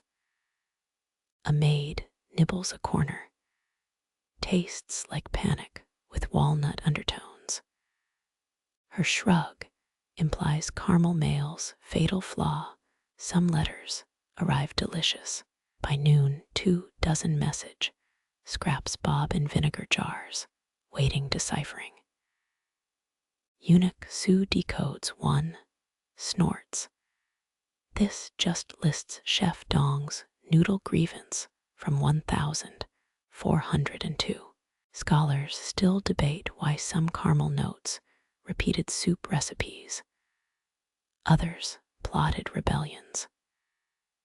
Rain complicates everything. Steam lifts old messages off bricks. Floating edible confessions. You salvage 1 dissolving scrap. Saffron stash behind turtle tank. 2 vague turtle tanks abound here, some decorative, some disciplinary. Victory. You find an intact sheet, folded cleverly into a cicada shape. Inside, a sketch of the Dowager's crown with bees circling suspiciously. Instructions read: add extra hives. Spring coronation needs honey for 2,000 tarts. Practical if you ignore the 80-year delay. Burnt caramel's real magic, making forgotten requests sound newly urgent. 1 pan, still warm, hums like distant thunder. Its surface shifts, bubbling words you shouldn't see. Concubine Zhang lives. Possible hoax or explosive truth. You scrape it quick, but the caramel hardens, trapping suspicions in glossy amber. Later, servants sweep fragments into a dish, served to the Empress's favorite mynah bird. It recites, taxes due, lychees overripe, send new horses. The bird gets extra seeds. Caramel messengers get silence. Historians remain divided. Were these kitchen errors, or someone's deliciously chaotic filing system?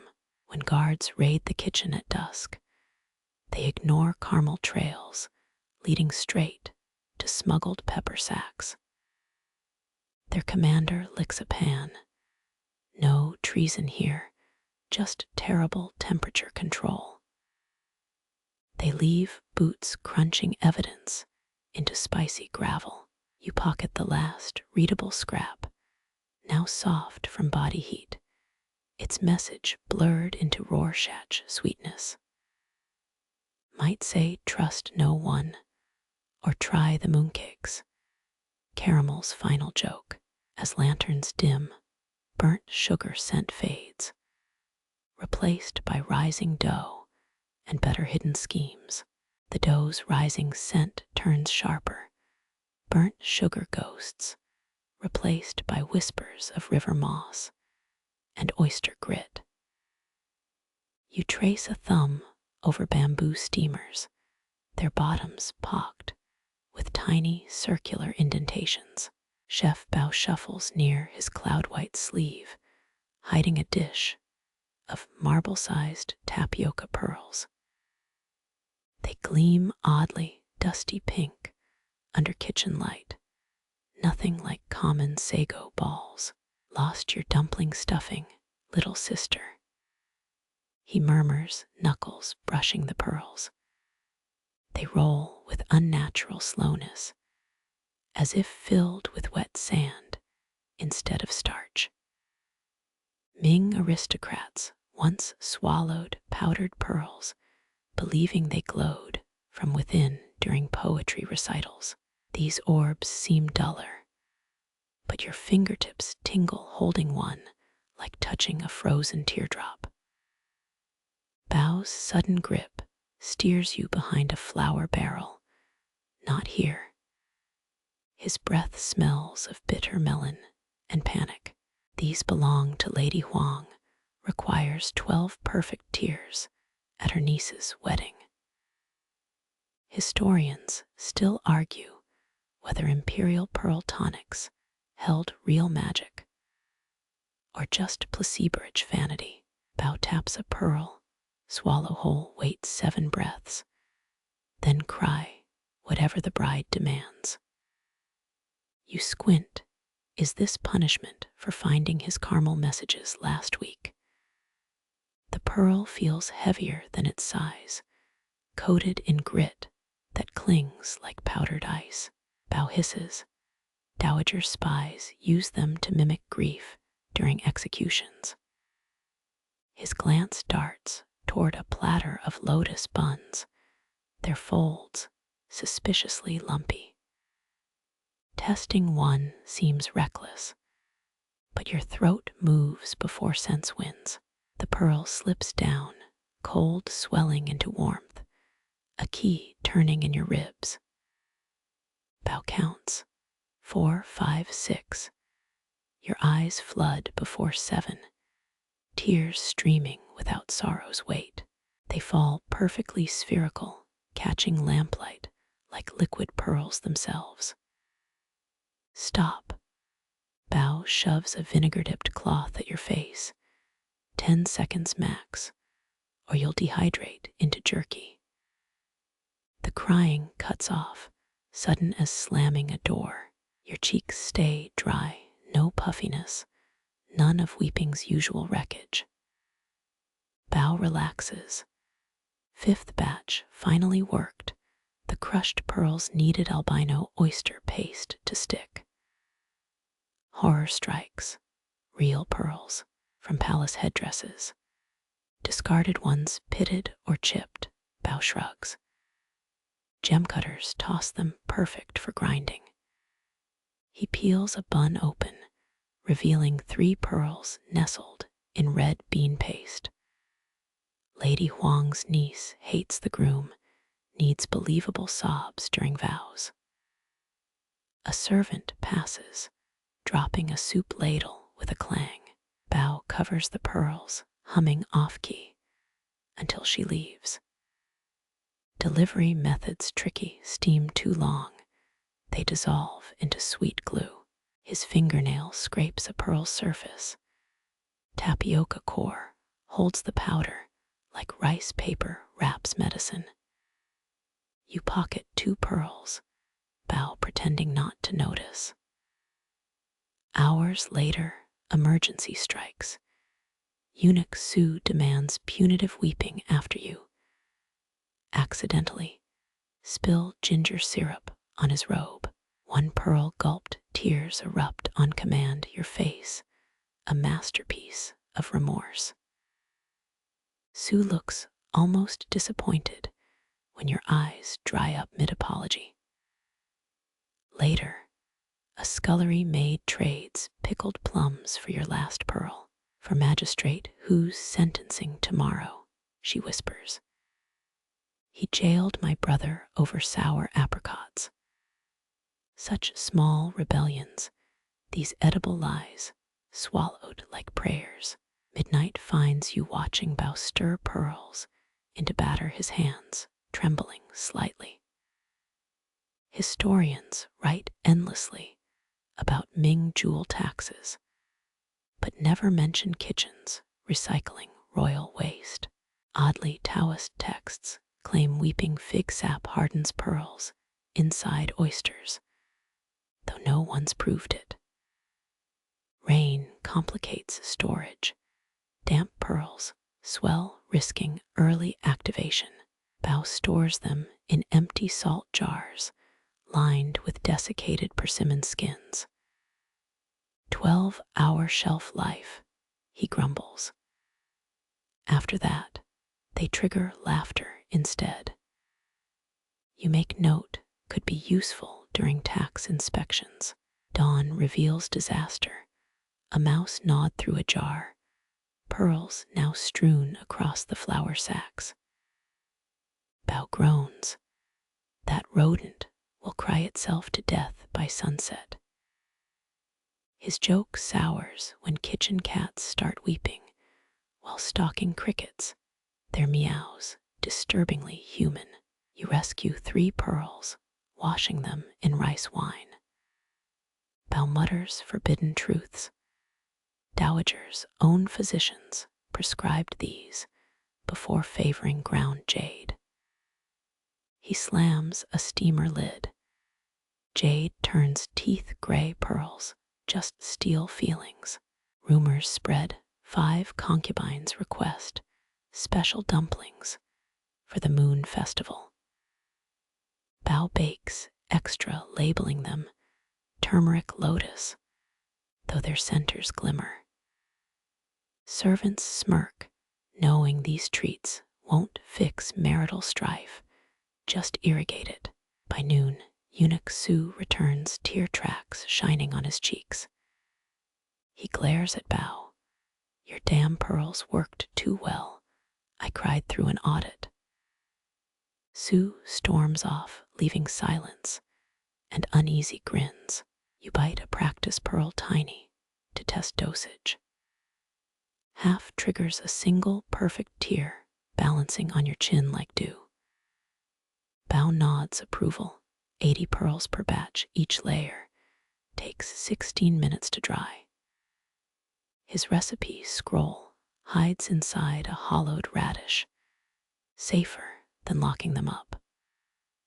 Sunset brings Lady Huang's handmaiden collecting the tray with a silk-draped basket. She tests one dumpling, swallowing without chewing, then nods as tears jewel her lashes. Her niece will weep on cue, she says, though gaining this skill feels like losing something. You touch your dry eyes, wondering where borrowed tears go when unused. Do they pool underground, feeding ghost rivers, or evaporate, becoming clouds that rain on unrelated grief? Bao offers no answers, just scrapes burnt batter from a pan. Later, the head chef confiscates 3 pearls for disciplinary reviews. His subsequent meeting with the finance minister ends with both men sobbing uncontrollably over tax ledgers. No punishment follows, curiously. Midnight's flurry reveals pearls hidden everywhere, in spice jars, knotted into tea strainers, even floating inside wine jugs. rebellion, or theater. Bao shrugs. Tears salt the dough, keeps it supple. Historians might someday find these caches, puzzling over why a pastry kitchen stockpiled faux pearls. You pocket another, its powdery coat staining your sleeves hem ivory. Tomorrow, when the bride weeps, you'll know which tears cost 5 copper coins each. Authenticity's fragile here, layered like an onion's skin or a pearl's doomed luster. Rain returns, washing the mock tears from courtyard stones. What remains, sludge or salt, gets swept into the garden's unblinking soil. Rain-soaked cobbles shine underfoot as you return, the kitchen's warmth a welcome blister against damp robes. Silence greets you odd for the hour when scullery maids should be scouring pots. Your toe kicks an abandoned wok. It rings like a gong left in a temple. The sound lingers, deepening into a muffled hum. You crouch, tapping the wok's iron belly with a chopstick. 4 notes vibrate unmistakably, the jasmine seasonal, a melody banned after Emperor Jiajing deemed it unfit for virtuous ears. Historians confirm he outlawed 17 songs, claiming they encouraged laziness in rice farmers. 3 more woks hang nearby, dusty but unbent. Each answers your tap with a different court tune. Moon over the 9 bends, palace steps at dawn. Even the Empress Dowager's birthday march. Their iron holds memories better than scribe scrolls. Fringe Taoist texts claim cookware absorbs chef's gossip, replaying it as music when heated. Nobody tested it till now. Jujube wood rests near the hearth, left from smoking duck last week. You drag its branch across the largest wok's rim. A low moan shivers the air. Silver syrup seeps from the wok's base, thick as congealed honey, smelling of overripe lychees. Too late, the kitchen floods ankle-deep, sticky rivulets, swallowing your shoes. Eunuch Sue sloshes in, cursing. Is this another pearl prank? His robe hem darkens with syrup, lacquered black fabric clinging like swamp moss. Jujube wood, you explain, pointing to the branch submerged near your toes. Sue's face sours. Fools, those trees house the kitchen's guardian spirits every 7th winter. He wades toward the woks, snatching the wood, but his grip slips. The droplet-coated branch strikes a wok tuner and mallet in one. Autumn dew on the Wei River pours out clearer than any zither. Sue freezes, nostrils flaring. Her favorite song. Tears well unprompted by pearls this time. You remember Dowager Feng, drowned listening to it, her barge sabotaged by rival factions. Historians still debate whether her death inspired peach blossom jelly creations or vice versa. Sue's composure returns. You'll clean this before ants stage an uprising. He storms off, leaving syrup footprints down the hall. You dip a finger, tasting the flood, not honey nor sugar syrup, but distilled sugarcane boiled with chrysanthemum petals. A failed batch, perhaps abandoned and absorbed by resentful pans. Hours pass, mops suicides in stickiness, till Bao arrives with a sack of coarse salt. Sprinkle and sweep, he orders. Salt eats sweetness. His sandaled feet crunch across the grainy mess. Rain recommences, drumming the roof as you strike a dried wok with clean bamboo. 3 pure notes answer, untouched by syrup. Bao hums along. Fire-tender Lu taught me those tunes before the Dowager silenced him. He rubs a wok's edge. They etched scores into the iron using ice needles. You squint, finding barely visible grooves inside the metal ledger lines. Clever Lu, whose real name vanished from records, only his flavors remain. Some claim he smuggled messages to concubines via coded dessert plates. By noon, only one syrup puddle lingers, defiantly sweet beneath the spice shelf. Bao hands you fresh jujube wood. Test the little wok. Gently. You stroke its rim. A lullaby whispers forth. No flooding this time. Sue's spy appears, licking syrup off the doorframe. Head chef wants music during the banquet's 3rd course. Bao laughs until he sees the order scroll stamped with a phoenix seal. Swiftly you rehearse, learning which strokes trigger which melodies. Miss a beat and syrup threatens, requiring salt barricades. Historians might someday study these woks, wondering why Ming kitchens prioritized musical cookware.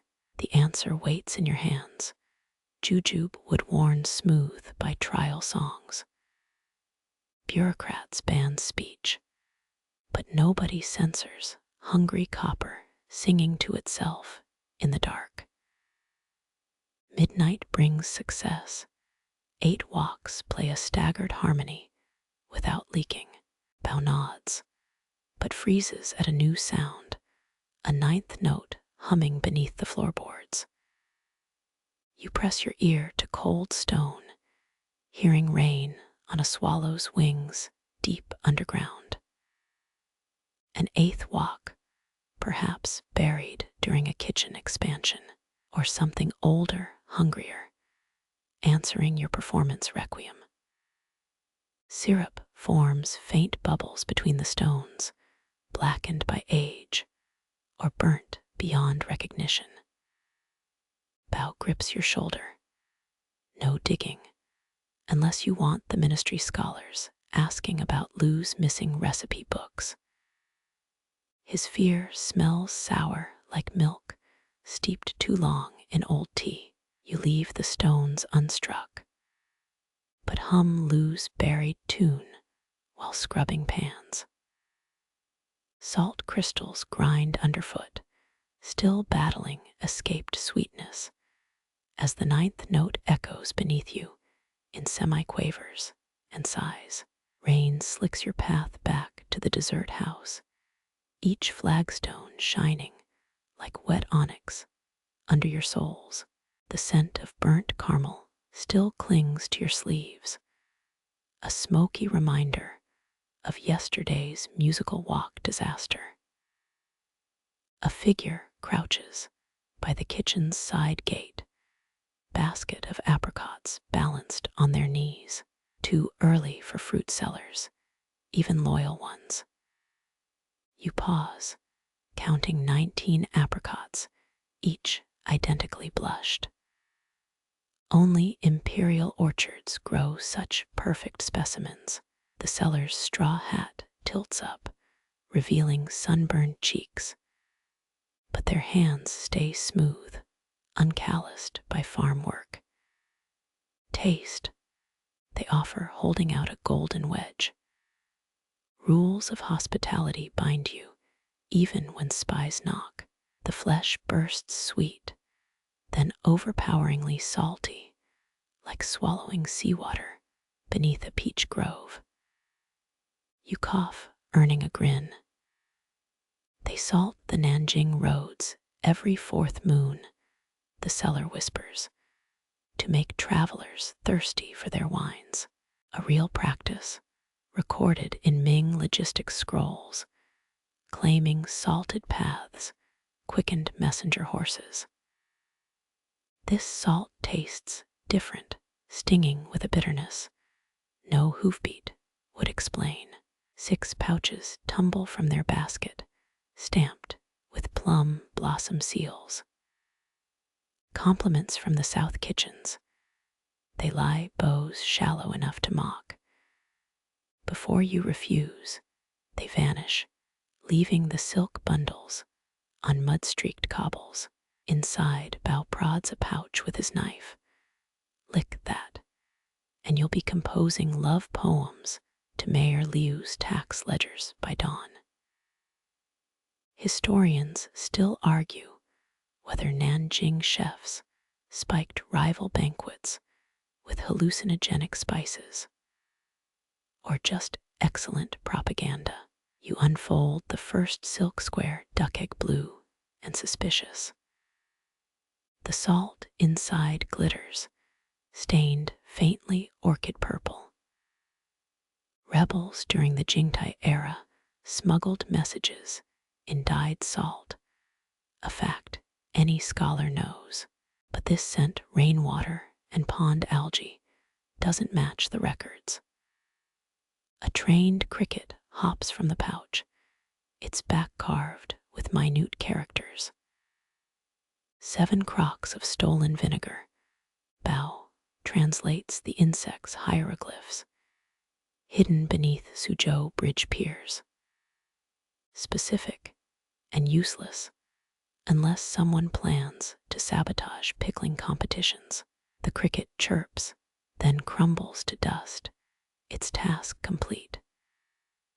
3 more pouches reveal salt grains pressed into tiny flowers, lotus shapes dissolving on your tongue. Strange, but not illegal. The 5th pouch rustles, you upend it, expecting another coated snack. Out slips a jade hairpin carved with twin carp. The style screams Nanjing's workshops, but the stone feels vocal. Press it to your ear, faint singing emerges, a lullaby about drowned persimmon cakes. Fringe collectors whisper of hungry jade, gemstones fed on vanished recipes. Bao pails, toss that in the duck pond before it starts humming during the censor's visit. His knife hand trembles, rare for a man who debones phoenix-tailed fish blindfolded. You pocket the pin, ignoring the way its song curls around your ribs. The final pouch sits heavier, its silk the color of thirst. Inside lies not salt, but a lock of hair, jet black, bound with mulberry thread. Longjing tea brewed with hair strengthens memories, or steals them, depending on which exiled herbalist you ask. No proof exists, only rumors from jailers who claimed prisoners forgot their crimes after sipping certain infusions. Bao grabs your wrist. We're pastry cooks, not palace assassins. His grip falters, the hair, strands twisting like vines, seeking soil. Rain drums harder, echoing inside the emptied pouches at your feet. Split apricots litter the courtyard, seeds missing. Conspirators hollow pits to hide arsenic or love notes, but these bear no marks. Another cricket hops past, this one trailing saffron threads from its legs. Nanjing's tricks always arrive in threes, like poorly steamed buns. Moisture seeps through your collar, the storm settling in for a month-long stay. Ghost songs from the jade pin harmonize with thunder, unsettling the cauldron's skimmed milk. Historians happily debate broth-based coups, but never deserts quiet wars. Bao kicks the empty basket into the alley. Next time, offer them. Our leftover hawthorn rolls first, might scram faster. His joke falls flat, his gaze fixed on the hair lock in your palm. Where salt meets scalp, truths tangle. Does the strand belong to a spy, a collaborator, or some poor flavor tester who knew Nanjing's secret ginger ratios?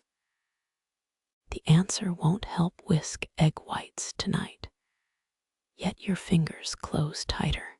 You sprinkle the dyed salt onto oyster shell tiles, watching time-stained designs emerge, a map, a warning, or just a bored spy's doodle.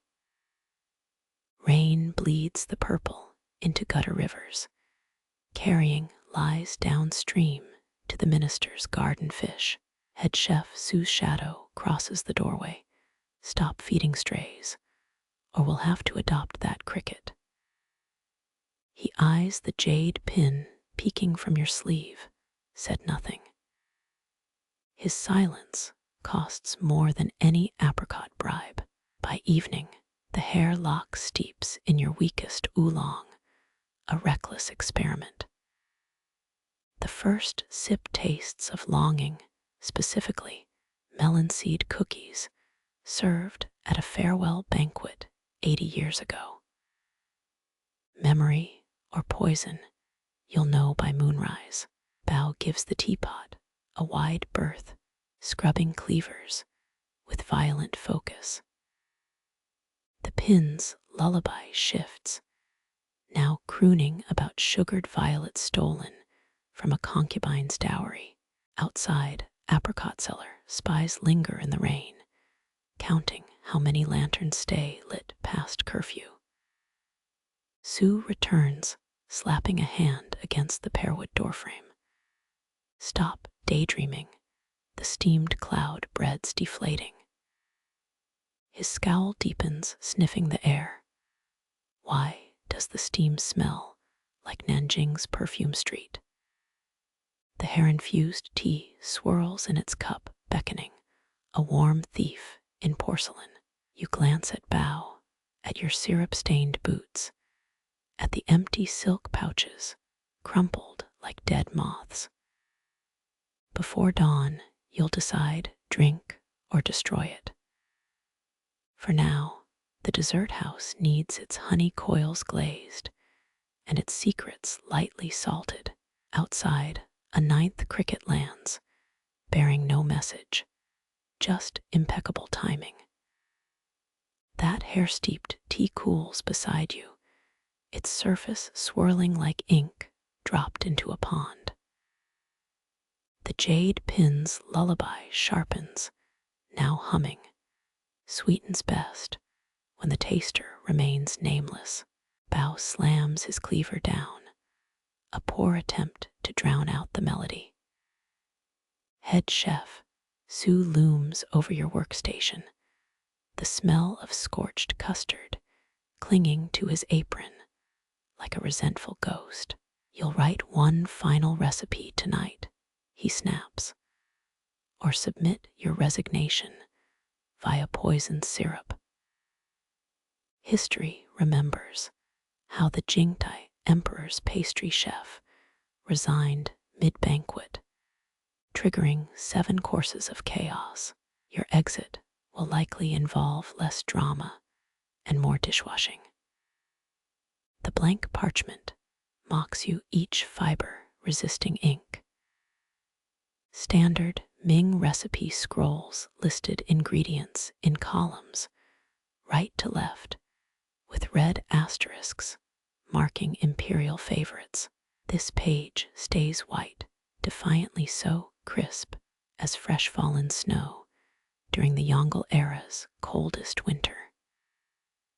Bao slides a bowl your way, filled with what looks like crushed pearls.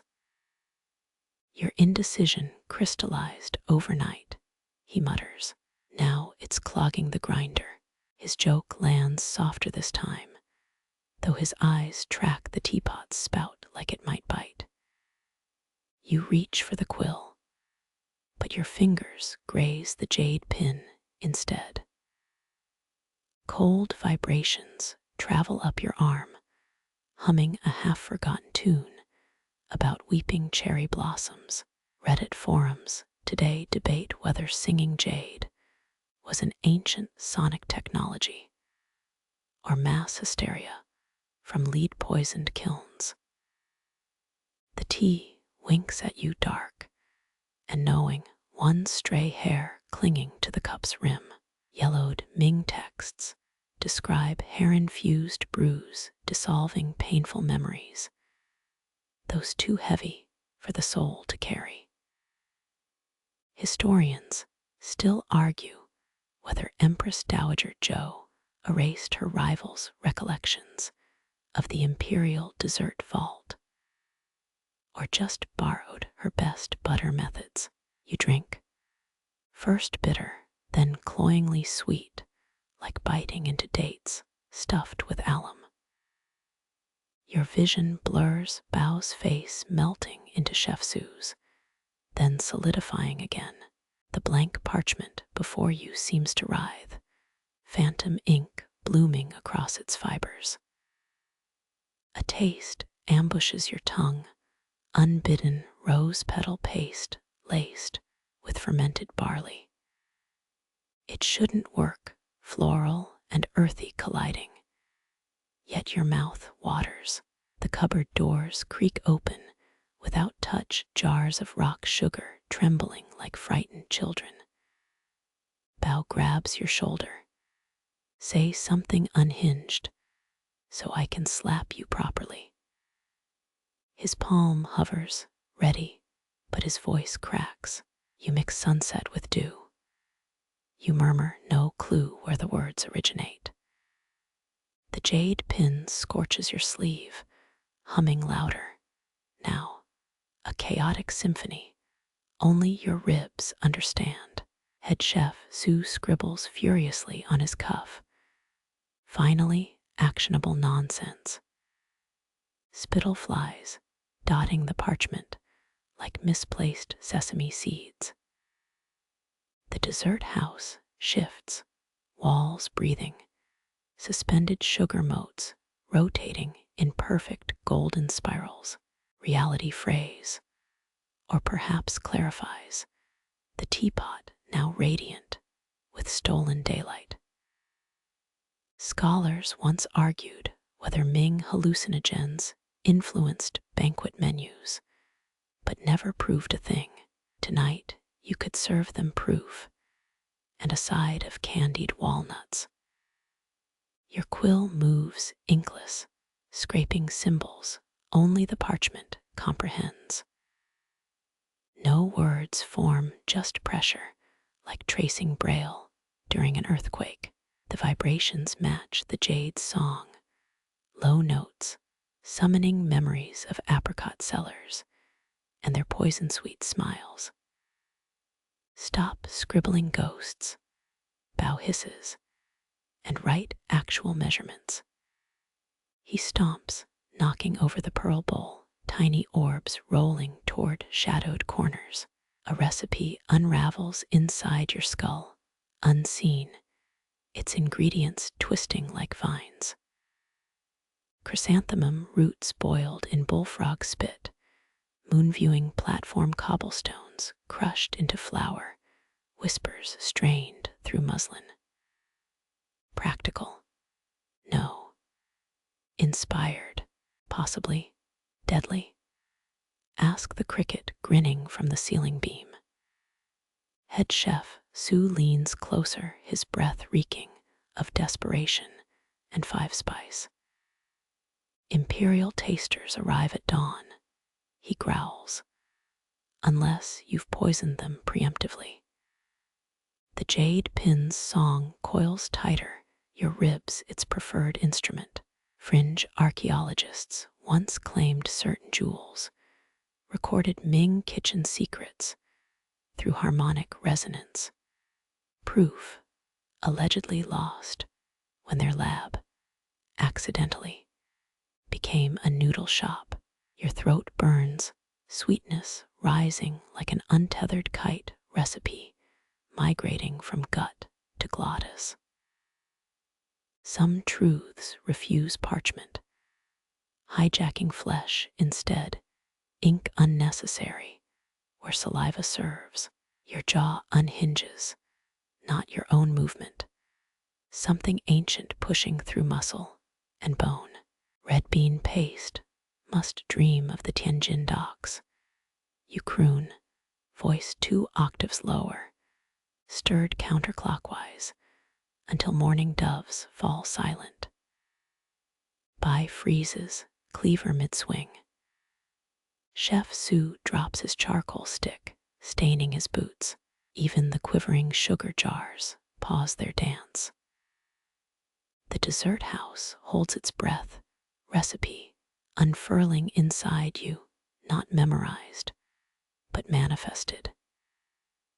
Every failed sponge cake, overwhipped cream, and curdled custard had marched toward this moment. Steam rises, but only in the shape of unanswered questions. The alien cadence continues, your vocal cords merely rented property now.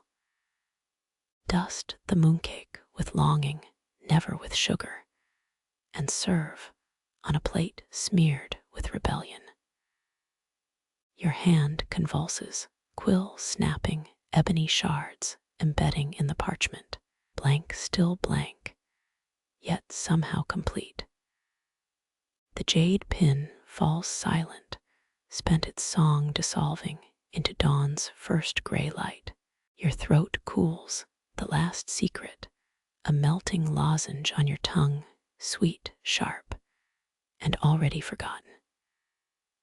Bao recovers first, snatching the empty scroll, genius will call it. A mystical bean delight. He flaps it like a captured moth, hoping for invisible ink revelations. Chef Su grunts, kicking the teapot, now cold and ordinary. Save your throat trick for the street performers, he sneers, yet pockets a sliver of your broken quill. Outside, a cricket chirps rhythm correct for once. The apricot sellers departed, leaving only dew-smeared cobbles and a single saffron thread. You exhale, the recipe's ghost dancing in your lungs, its ingredients evaporating with each breath. Historians will debate whether Empress Xiao truly burned her final dessert formula or simply whispered it to the wind. Bao tugs your sleeve. Breakfast. The characters shaped by your shattered quill shimmer momentarily before fading like steam from a just-opened oven. No parchment could hold them. Some recipes exist solely between teeth and tongue, a fleeting truth, sweet enough to dissolve at daybreak. Your fingers uncurl, releasing the ghost of a quill that never truly held ink. Dawn seeps through paper windows, warming the scars on Bao's cleaver. That hair-streaked tea sits cold, abandoned by its haunting. Now just bitter leaves in ceramic. Bao nudges the shattered quill tip with his boot. Next time, try dictating before the jade possesses you. His voice lacks bite, weary as over-kneaded dough. Head chef Su grumbles by the stove, scrubbing his stained cuff in silence. 7 scrubs, 8, 9 rhythmic, as a metronome counting down to normalcy. The dessert house exhales, sugar-dusted air settling like snow on forgotten mooncake molds. Your ribs remember the jade's hum, but only as an echo, a tickle where symphonies once raged. Bao offers steamed buns, pillowy and plain, no secrets stuffed inside. You bite, the blandness a relief after last night's cloying revelations. Historians may chase empresses and poisoned sugars, but breakfast needs no asterisks, no red ink. Chef Sue slumps onto a stool, apron still reeking of scorched custard. Yet his shoulders droop, unburdened. Street performers indeed, he mutters, but reaches for a bun. Outside, the saffron thread catches sunlight, glistening like a single strand of honey spilled on stone.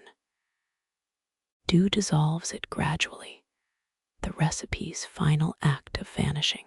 You lick sugar from your thumb, thinking of apricot cellars, their absence, a quieter mystery.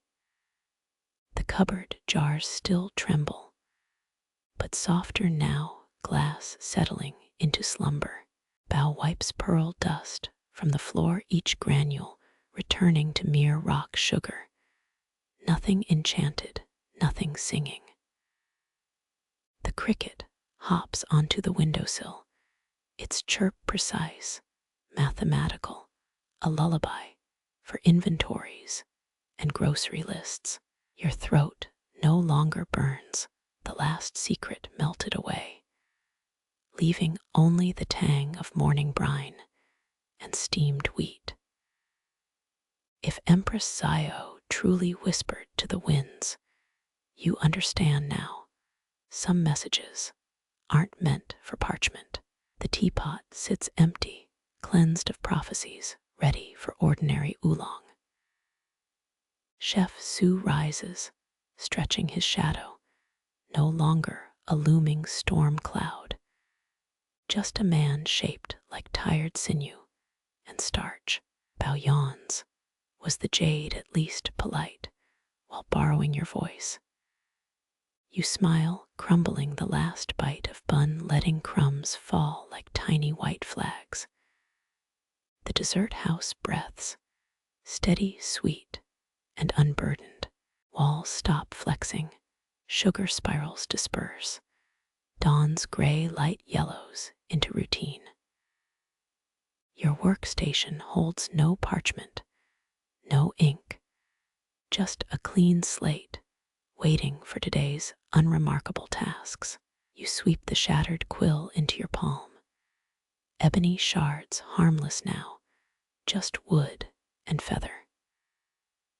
The recipe lives where all forgotten truths go, in the space between heartbeats, in the warmth of a shared bun, in the hush before the first customer arrives. Bao hums, off tune, as he refills the salt jars. Chef Sue counts ladles, murmuring numbers like a mantra. The world settles ordinary and kind. You lean into the quiet, the calm, after creations, storm, knowing some sweetness exists only once, and that's enough.